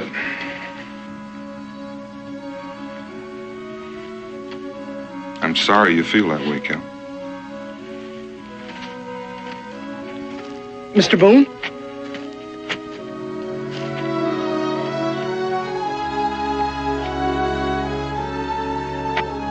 My pa said that a man who couldn't face up to facts when he had to wasn't worth his salt.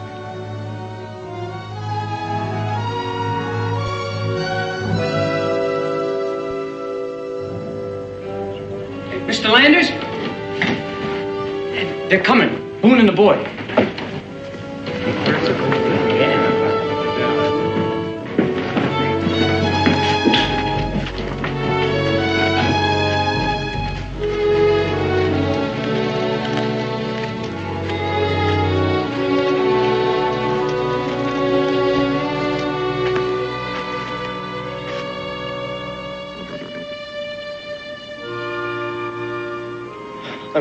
I'm ready to abide by the committee's decision, Mr. Breen. All right, son. Whipper, take care of the barb. Goodbye, Gideon.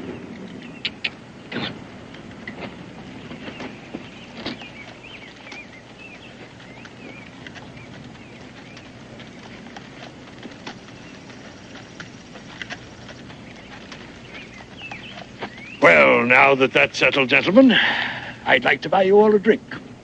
There's one thing that's not settled yet, Mr. Landers. The wager. That's ridiculous. It was a no contest.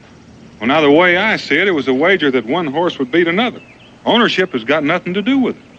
Gentlemen, the decision of the committee is unanimous. In the interest of sportsmanship and fair play, we hold that the race today was a valid contest. And the wagers staked shall now be the property of Master Calvin Trevor. Squire free. You still got the horse at a bargain, Mr. Landers. Of course, if you would be interested in selling... Just 1 minute, Squire. There's still a small matter of paying this boy for taking care of his horse these past 14 months. A valid point, Mr. Landers. All right. At 85 cents a week, $50 ought to take care of it. That may be the going rate in Williamsburg, but it's different in Kentucky. Now, just a minute.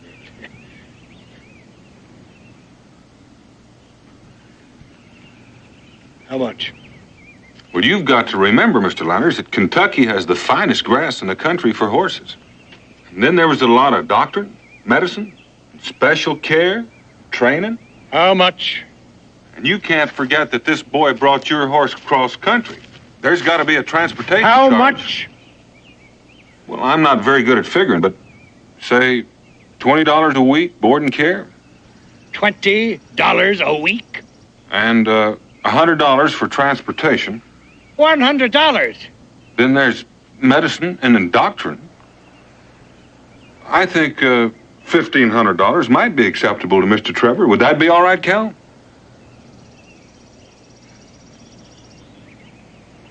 Are you going to stand there and sanction this highway robbery? Well, your drovers never made an agreement with Mr. Trevor, I understand. Therefore, it seems perfectly proper for Mr. Trevor to present his bill for services rendered. For $1,500? Ha! What? It's more than the horse is worth. There might be a way of settling this, Mr. Landers. If you were to give Cal here a bill of sale to that horse, he might call the whole thing square. Sounds like a sensible solution. That is, if it is acceptable to Mr. Trevor. Boy, it sure is.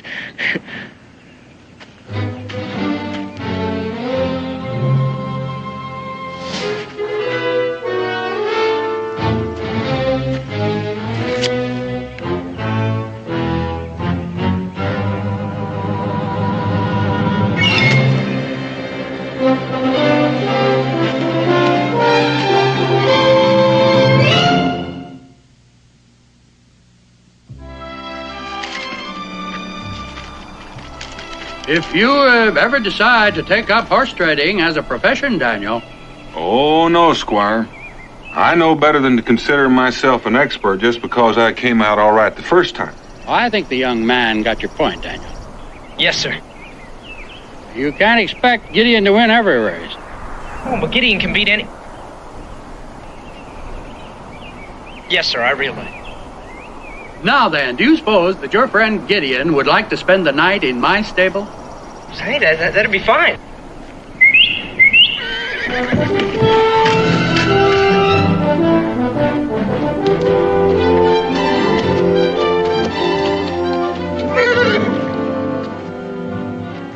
Well, I'd be honored to have the two of you spend the night with me, too. We could talk about getting Calvin to Baltimore over supper. I might even take him over myself. Well, now, Squire, you wouldn't have in mind Gideon taking on some of those high steppers in the city, would you? I might. I just might.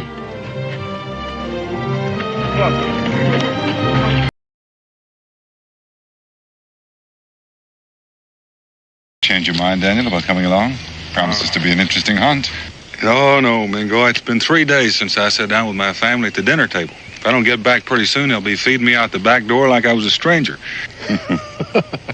Chief White Cloud, I presume since you're chief of the Cherokees, you're going to get the first shot. And I want you to do me a favor. Drop that bear before Mingo does, because if you don't, I'll never hear the last of it. I intend to, Daniel. Looks like he's big enough to feed your whole tribe for the winter. Plenty meat. Good luck. Judging from the way he's moving toward higher ground, he's crafty. I believe he's laying a false trail and intends to double back. Mingo, I suggest we separate.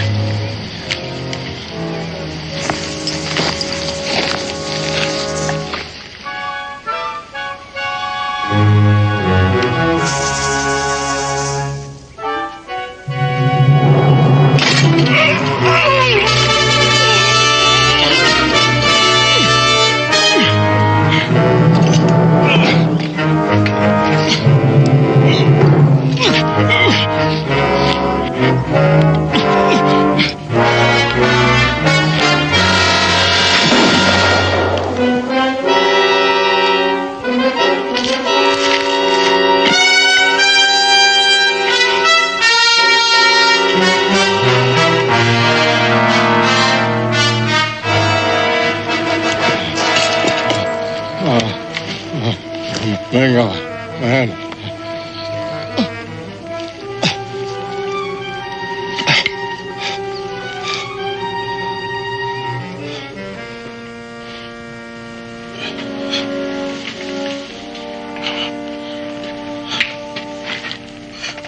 Who did this to you? A white man. One who looks from the red man with eyes of hate. But, my friend, he is but one white man. Do not let this death cause one world to turn against the other. Seek justice, not vengeance. You are now chief of the Cherokee. But your son... My son is on a long journey. You must speak for my people. Mingo. The treaty between the Cherokee and the settler, it has been good. You, who have the blood of both worlds, can best keep the peace.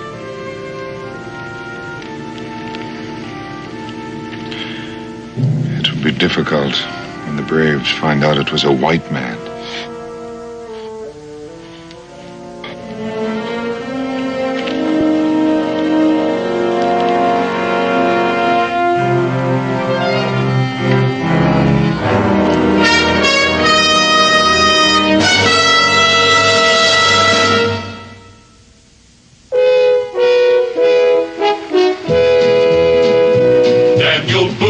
Daniel Boone, what a doer, what a dream comer, truer was he. From the coonskin cap on the top of old Dan to the heel of his rawhide shoe, the ripidest, roaringest, fightingest man the frontier ever knew. Oh, Daniel Boone was a man, yes, a big man, with an eye like an eagle and as tall as a mountain was he. Oh, Daniel Boone was a man, yes, a big man, and he fought for America to make all Americans free. Daniel Boone was a doer, what a dream comer, truer was he. Daniel Boone, Daniel Boone.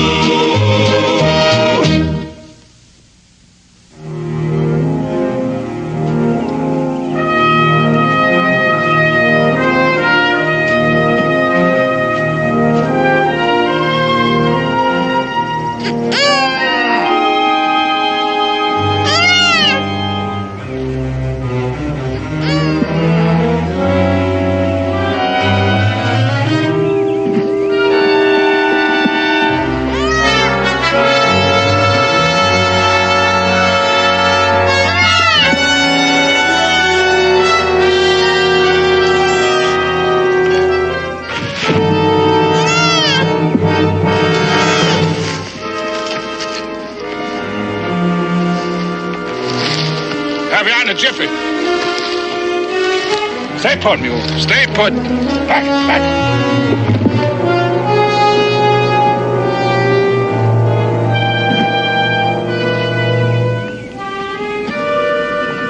All right, take it easy, friend. I'll be with you in a minute.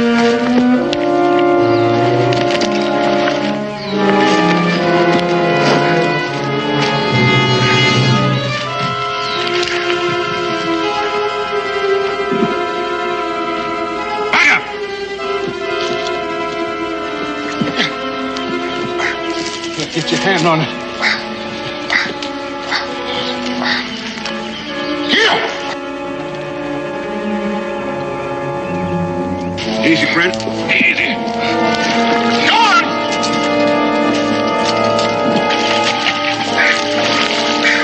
All right. All right.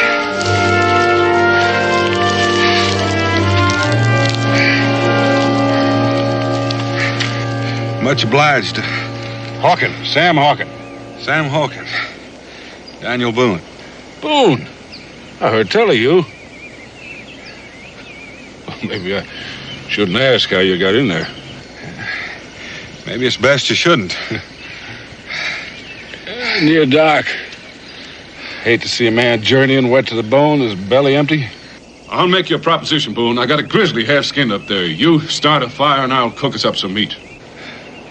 Got yourself a deal.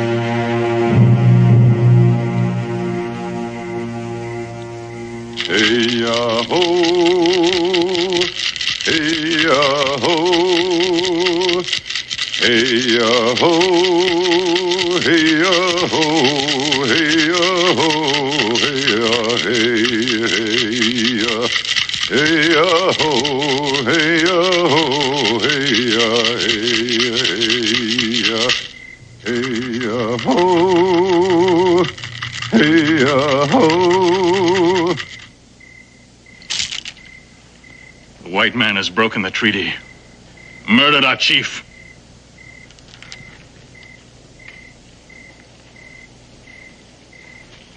Spit in the face of the Cherokee. There will be no war paint. The treaty will be honored. It was the wish of White Cloud. Honor? Where is the white man's honor? He who killed our chief must face Cherokee justice. One man. Yes, I agree. The murderer will be brought to Cherokee justice. He will lose himself in the white man's world. Hide behind the walls of Boonesboro. But you, who walk among the whites as one of them, live and think as they do, you are not true Cherokee.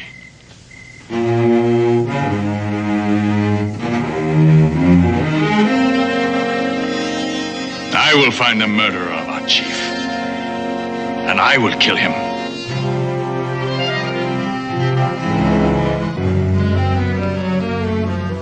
I will find him.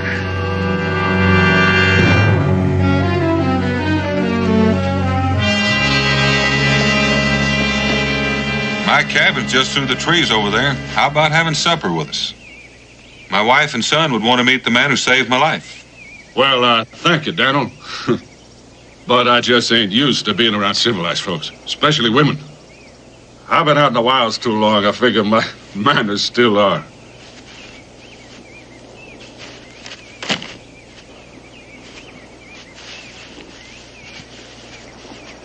Here, Daniel, it's yours. I'm the one that ought to be giving you something. Well, Daniel, I won't fight you if you stand me to a drink in the tavern. Well, I'll meet you there later.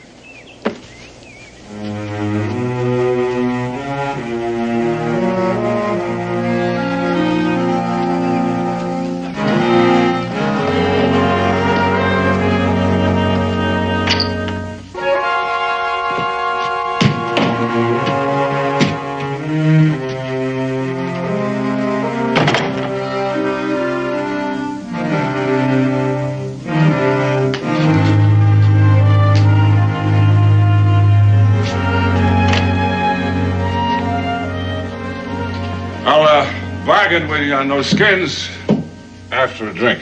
All right, sir. What'll it be? Friend, something with the kick of a mule, the bellow of a volcano, and the smell of buffalo hide. I think I got just the thing for you. Oh, well, set her down, set her down.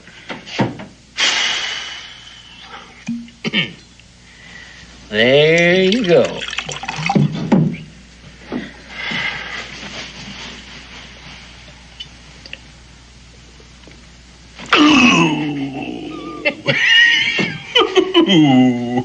There ain't many men can handle more than one of them at a time. Well, you're looking at one. Name is Sam Hawkins. In Cincinnati's here. Join me. Much obliged. Well, how's trapping these days? Don't get any on you.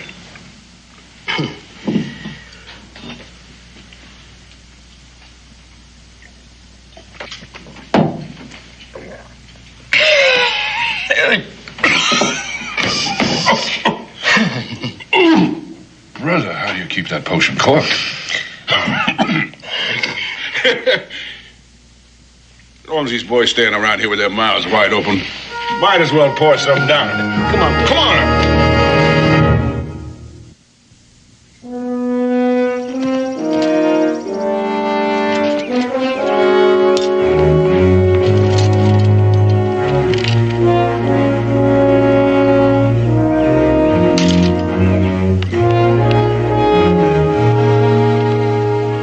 Look, Cincinnatus, let's you and me have another. You really want another one, huh? Sure do.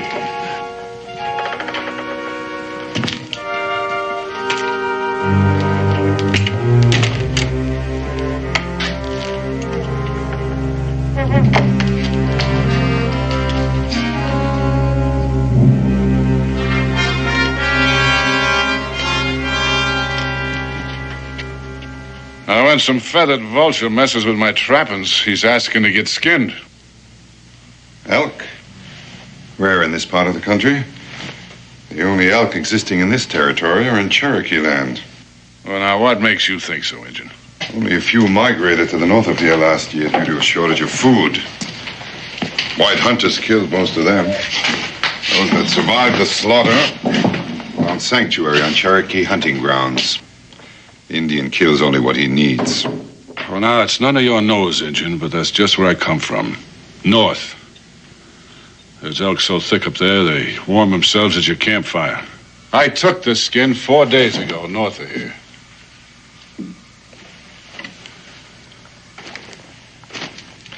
This skin was taken yesterday. Now, you're trying my patience, Injun. Here's something I found on Cherokee hunting ground. I found traps hanging on that mule outside that bear these marks. Is this yours? Well, is it? I don't see it's any of your business, Redskin. But what of it? Now, Mr. Hawkins, Mingo here's a friend in the tavern. He don't want to make no trouble. He'd like to prevent it, I'm certain. I reckon that Mr. Hawkins didn't know nothing about the treaty, Mingo. I don't imagine it would make a great deal of difference to him if he did.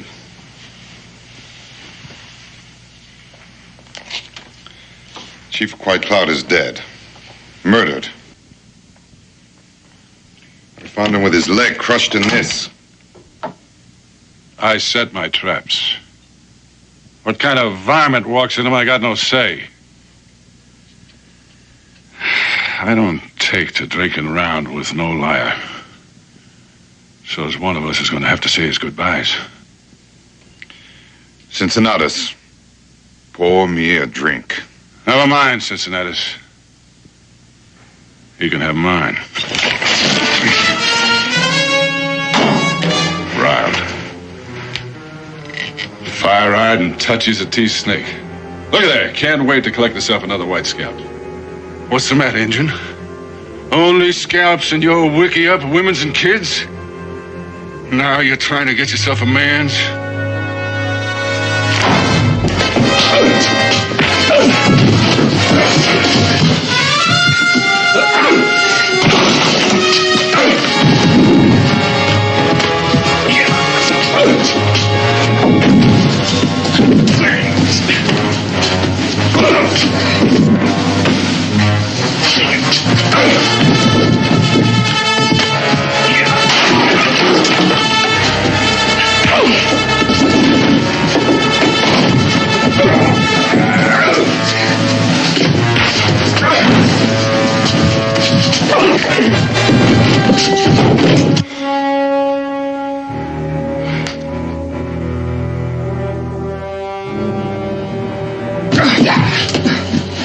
Look out!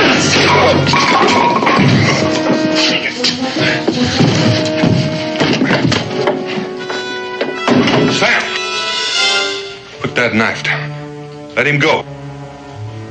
Now, Daniel, this is a personal matter. Drop it.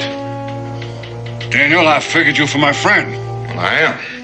So's the man you're about to use that knife on. Like I said, he's a friend.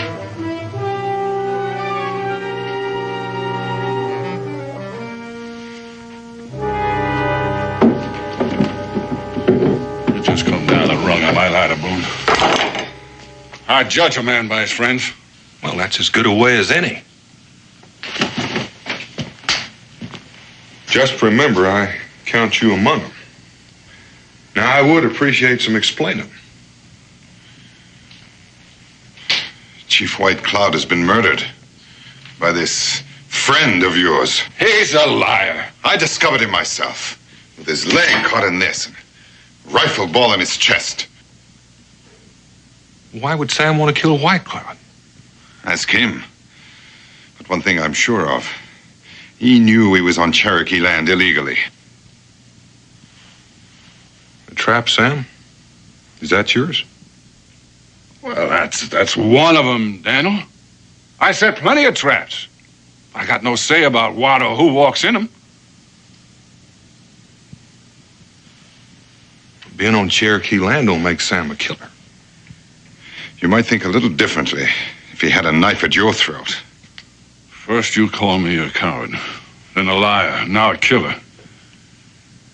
You sure lean real heavy on being a friend of Daniel Boone's in it. Daniel, if I was to kill me an Injun, it'd be face to face. I don't need no bear trap hanging from one of his legs. Mingo, let you and me take a little walk.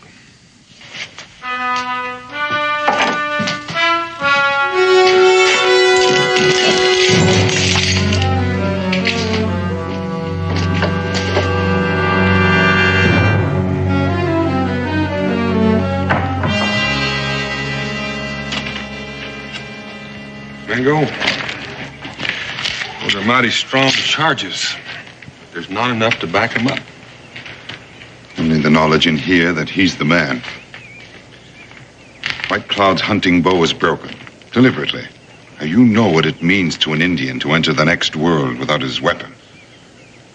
An act of hatred so deep, it goes even beyond the grave. Being chief can bring enemies. This is no personal enemy. This is an enemy of all Indians. Something to which I may be more sensitive than you or any other white man. I read that hatred in his eyes. Perhaps one must have Indian blood in his veins to recognize it. That's hardly evidence that'd stand up in a court of law. There's never enough evidence in a white man's court to convict a white man of killing an Indian. With the evidence we have, he'll get a fair trial under Cherokee law. Based only on the evidence. No, there's too much emotion here, Mingo. He could only get a fair trial someplace else. Daniel, there's a part of me that's been too long neglected. And that's the part that I must think with now. Think or feel? Hawkins could never stand a chance under Cherokee law. What chance did White Cloud stand? Daniel, this is a crime against the Cherokee. You have no right to offer him your protection. Maybe not. But I won't refuse it. He saved my life. I just can't think a man like Hawkins could commit murder in cold blood. Think or feel?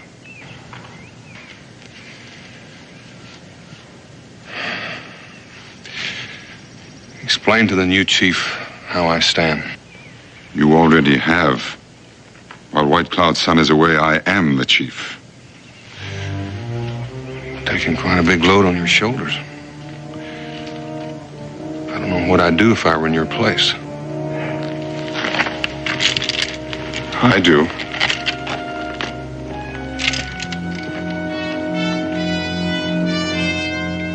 And I grabbed me a handful of them flailing redskins and I shook him and I sought him out until I found me a chief.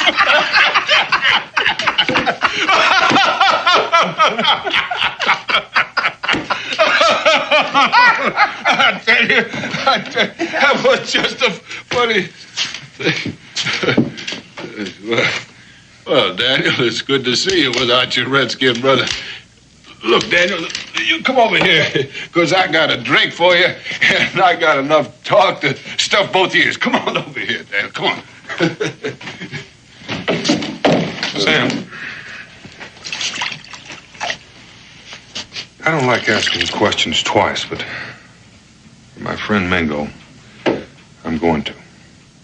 Well, then, Daniel, you ask away, and I'll answer straight. Oh, Daniel. Now, look, I admit I killed my share of redskins. I admit it. But I don't have to shoot a bird in a snare. All right, Sam. I believe you. But I wouldn't bet on those Cherokees. And you best stay off their land. Their land? Their land? Well, pretty soon they're going to be doing their hunting right here. They just might, for you. And my advice would be for you to stay put here in Boonesboro for a while. If you leave the stockade, you just might end up facing Mingo on his terms. Now, look here, Daniel. I ain't a man to live neath a roof or back of fences. And I ain't never curled my tail under for no man, and I ain't starting now. Besides, Daniel, they don't worry me none. Well, they worry me. Well, Daniel, for you, I'd dig a hole and I'd pull it in after me. I would. Now, come on, drink up.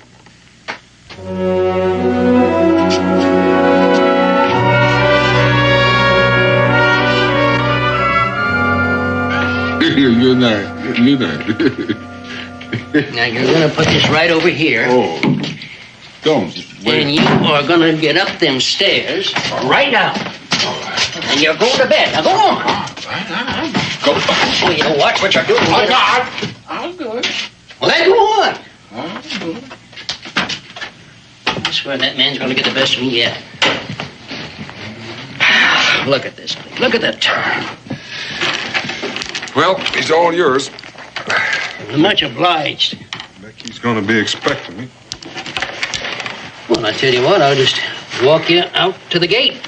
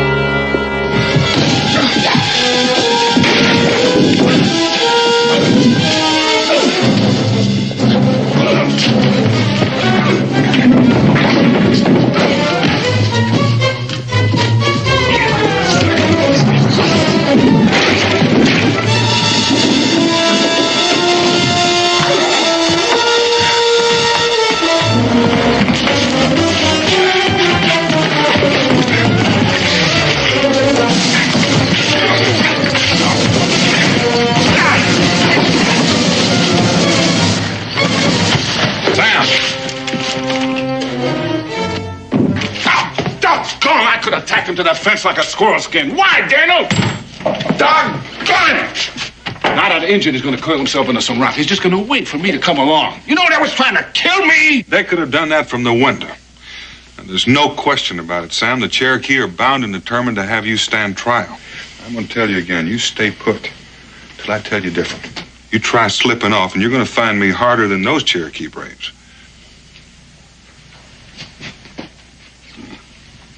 No. Thanks, Daniel, for plucking them redskins out of me. Let's return the favor, Sam. Well, reckon that little old bed's gonna sleep just dandy. That Hawkin fella. The next drink he gets from me is going to be turpentine. Isn't that what you always serve?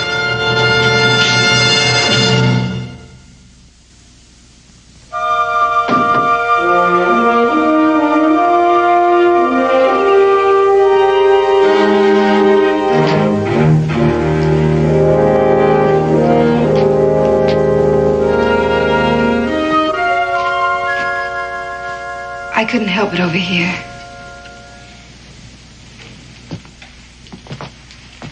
Dan, what are you going to do? Don't have much choice, Becky.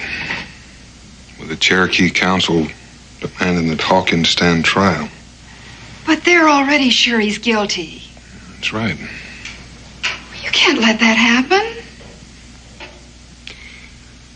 No, Becky, I can't.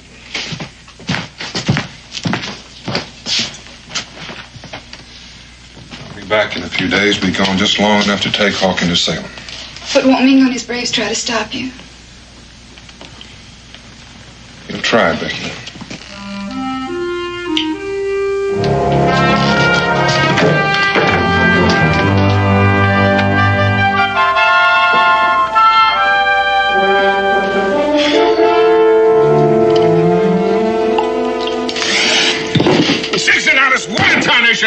That tastes like you wrung out some moccasins in it.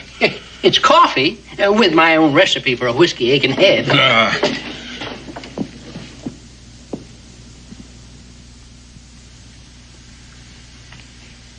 What's the matter, Daniel? Something wrong? Sam, I got no choice left. Them Cherokee, they prodding you? They paid me a visit. That friend of yours, I bet he put him up to it. Mingo's only abiding by the will of the council. They insist that you be judged by Cherokee Council. If not, we're likely to have a war on our hands. But Daniel, you can't turn him over to the Redskins. Every time an Indian's killed, they'll be yelling for a white man's blood. That's why I'm taking you to Salem for trial, Sam. Mingo can speak for his people there.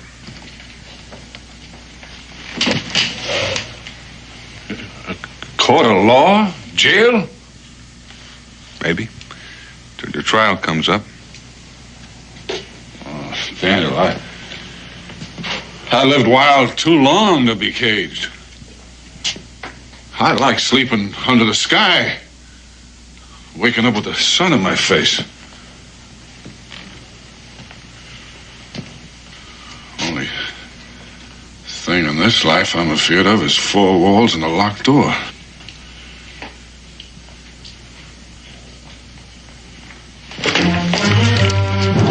This way is easy on you, Daniel. I've taken the decision right out of your hands. There's too much at stake for you just to walk away, sir. Well, like I said, I ain't a one to be caged. Daniel, I reckon I won't be needing this in Salem, Daniel.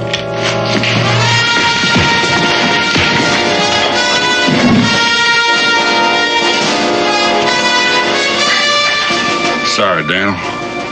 Kentucky's getting too small for me. Bye, friend.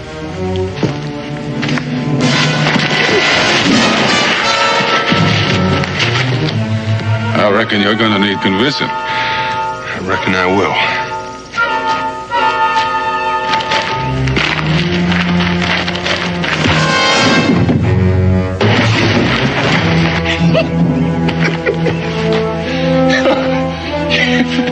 When there's one thing I can't do more than strong whiskey, it's a good fight. And I guess I found me one.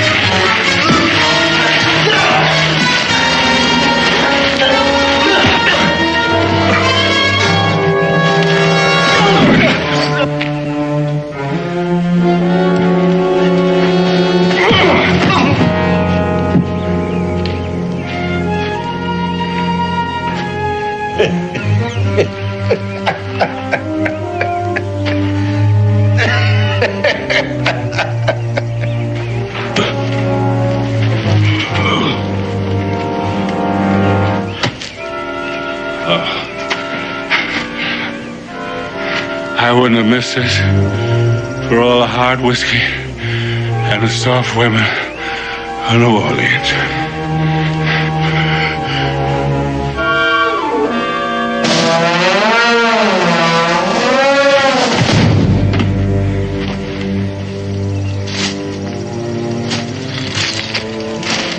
Hold up, Sam. You're gonna get your feet wet. Well, you're sure taking a roundabout way to lose that Mingo. It may not be the shortest, but it's the safest.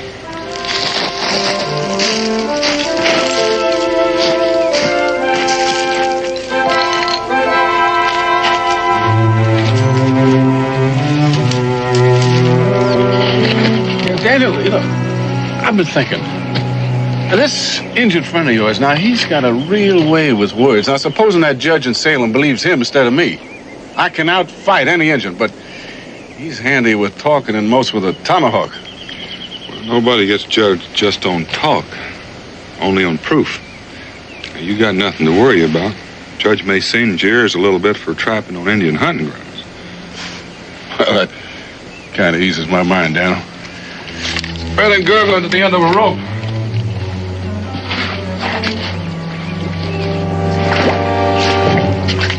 Down that rock.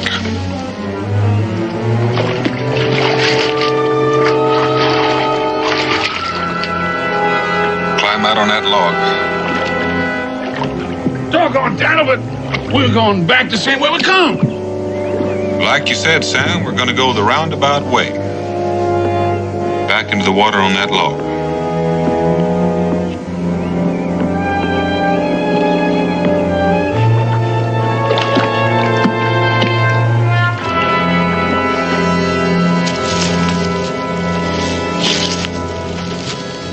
Daniel, you keep running me like this, ain't gonna be enough left of me to hand over to that judge. Thank you.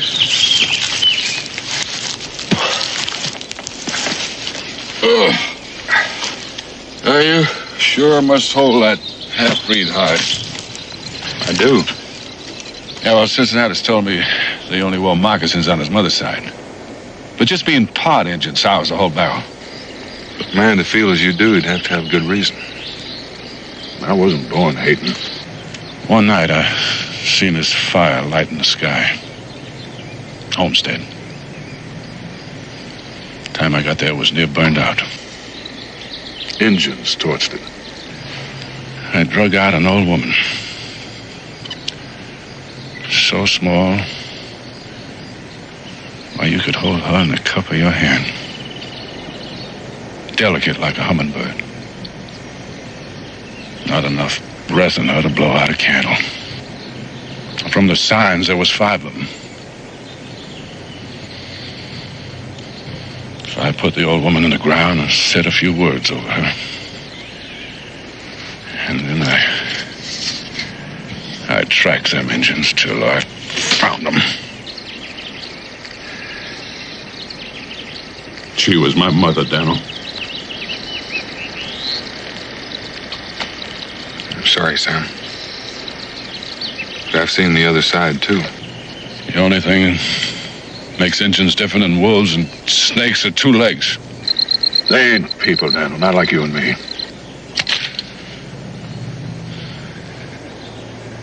I'll stop hating. The day I die.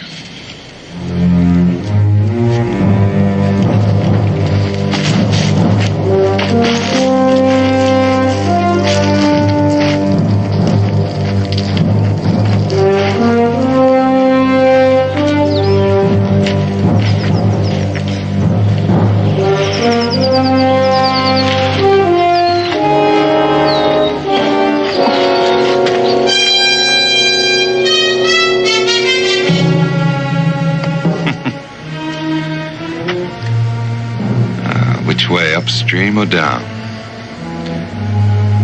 You've bought yourself some time, Daniel, but it remains to be seen whether it's enough.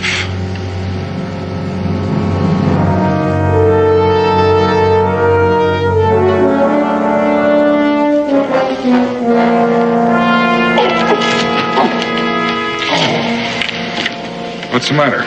Oh, this here leg of mine, it keeps going bad on me from time to time. A couple of minutes and be fine.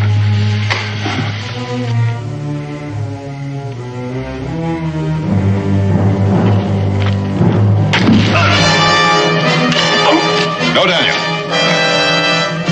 That arrow could just as easily have gone into his heart. He's going back for a Cherokee tribe.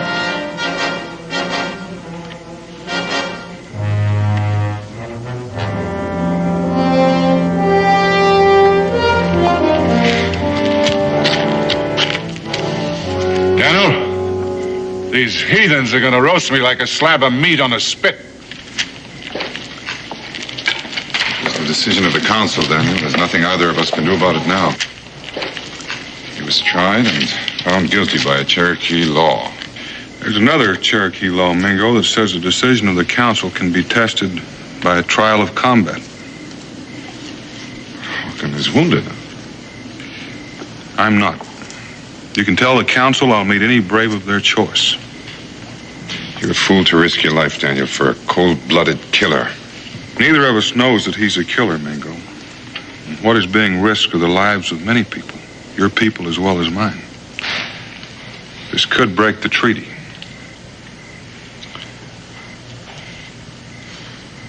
I'll speak to the council.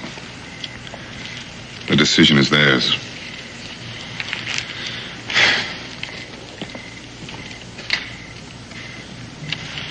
Daniel, I sure hate to agree with an Injun, but he's right. You're a fool.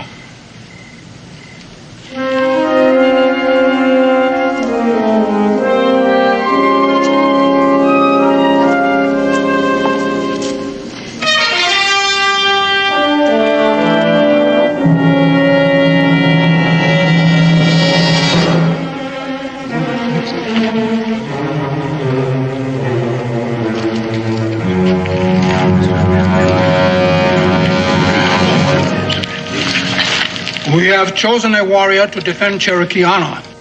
There's only one among the Cherokees who can defeat Daniel Boone. We have chosen Chief Mingo.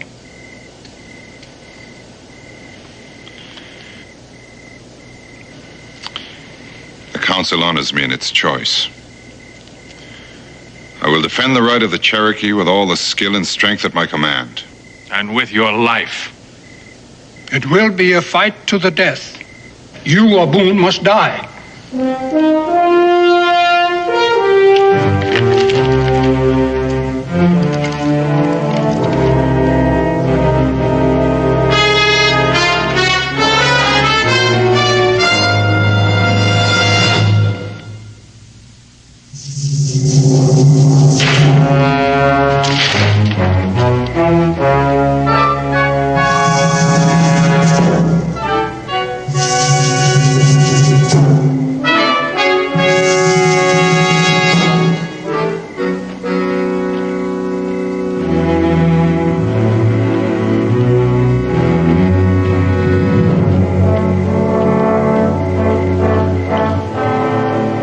Hits the ground, we begin.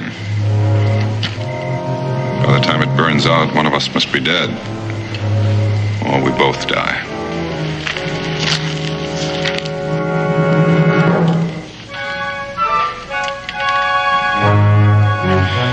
Whichever one of us does live should do all in his power to see that the white man and the Cherokee continue to live in peace.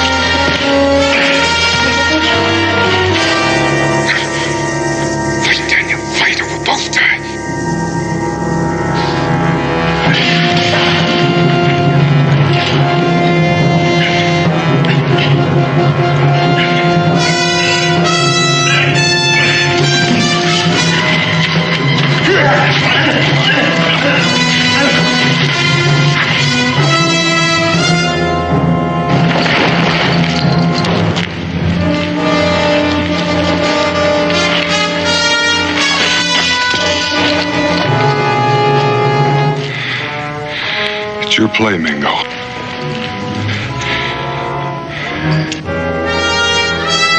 You'd best make it.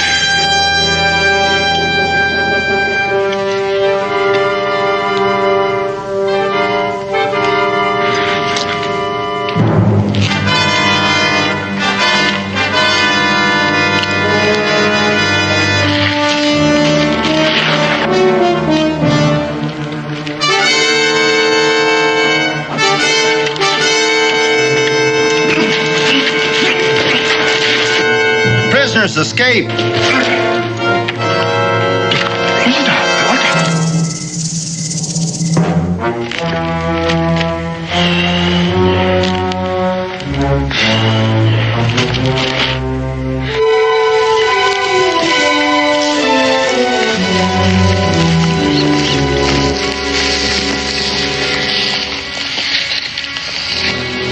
Heading for Shawnee country. And if you'd follow toward the river, I'll cut over behind the hill and approach from the other side, just in case he's planned an ambush.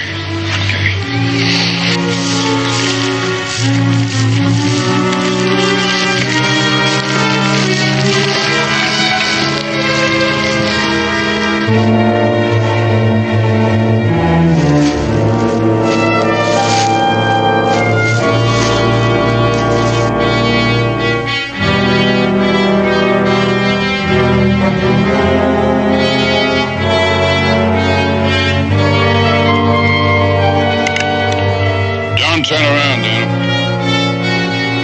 Now, ease your rifle to the ground.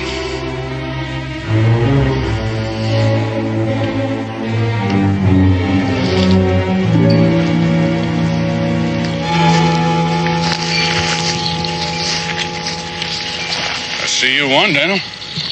Nobody's won yet, Sam. You fixing to take me back to them Cherokee? Back to Salem for trial. Sorry, Daniel.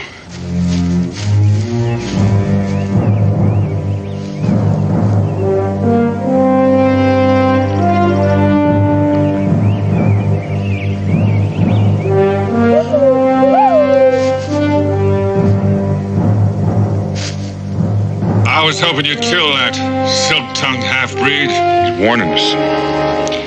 Shawnee.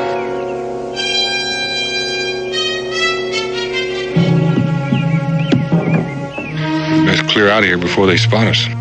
Where to, General? Shawnee up ahead and Cherokee still making a dance around my ashes. I figure I'll take my chances with the Shawnee with a rifle in my hands. I'm beholden to you, Daniel, for saving my hide from that Cherokee fire. It ain't a man's way to die. At least a half a dozen of them, Sam. You're gonna need help. Yeah. Yeah, Daniel, together we can make them turn tail and run like squealing squaws. Fetch your rifle, Daniel.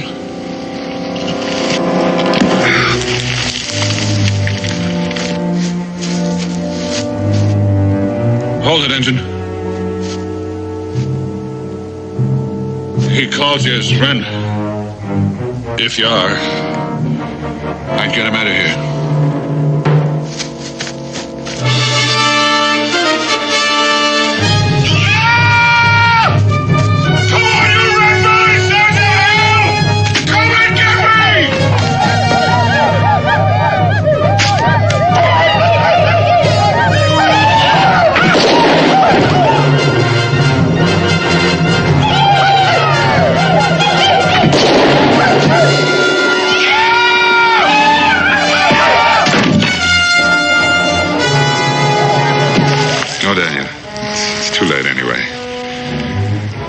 Life once, Mingo. He saved it again.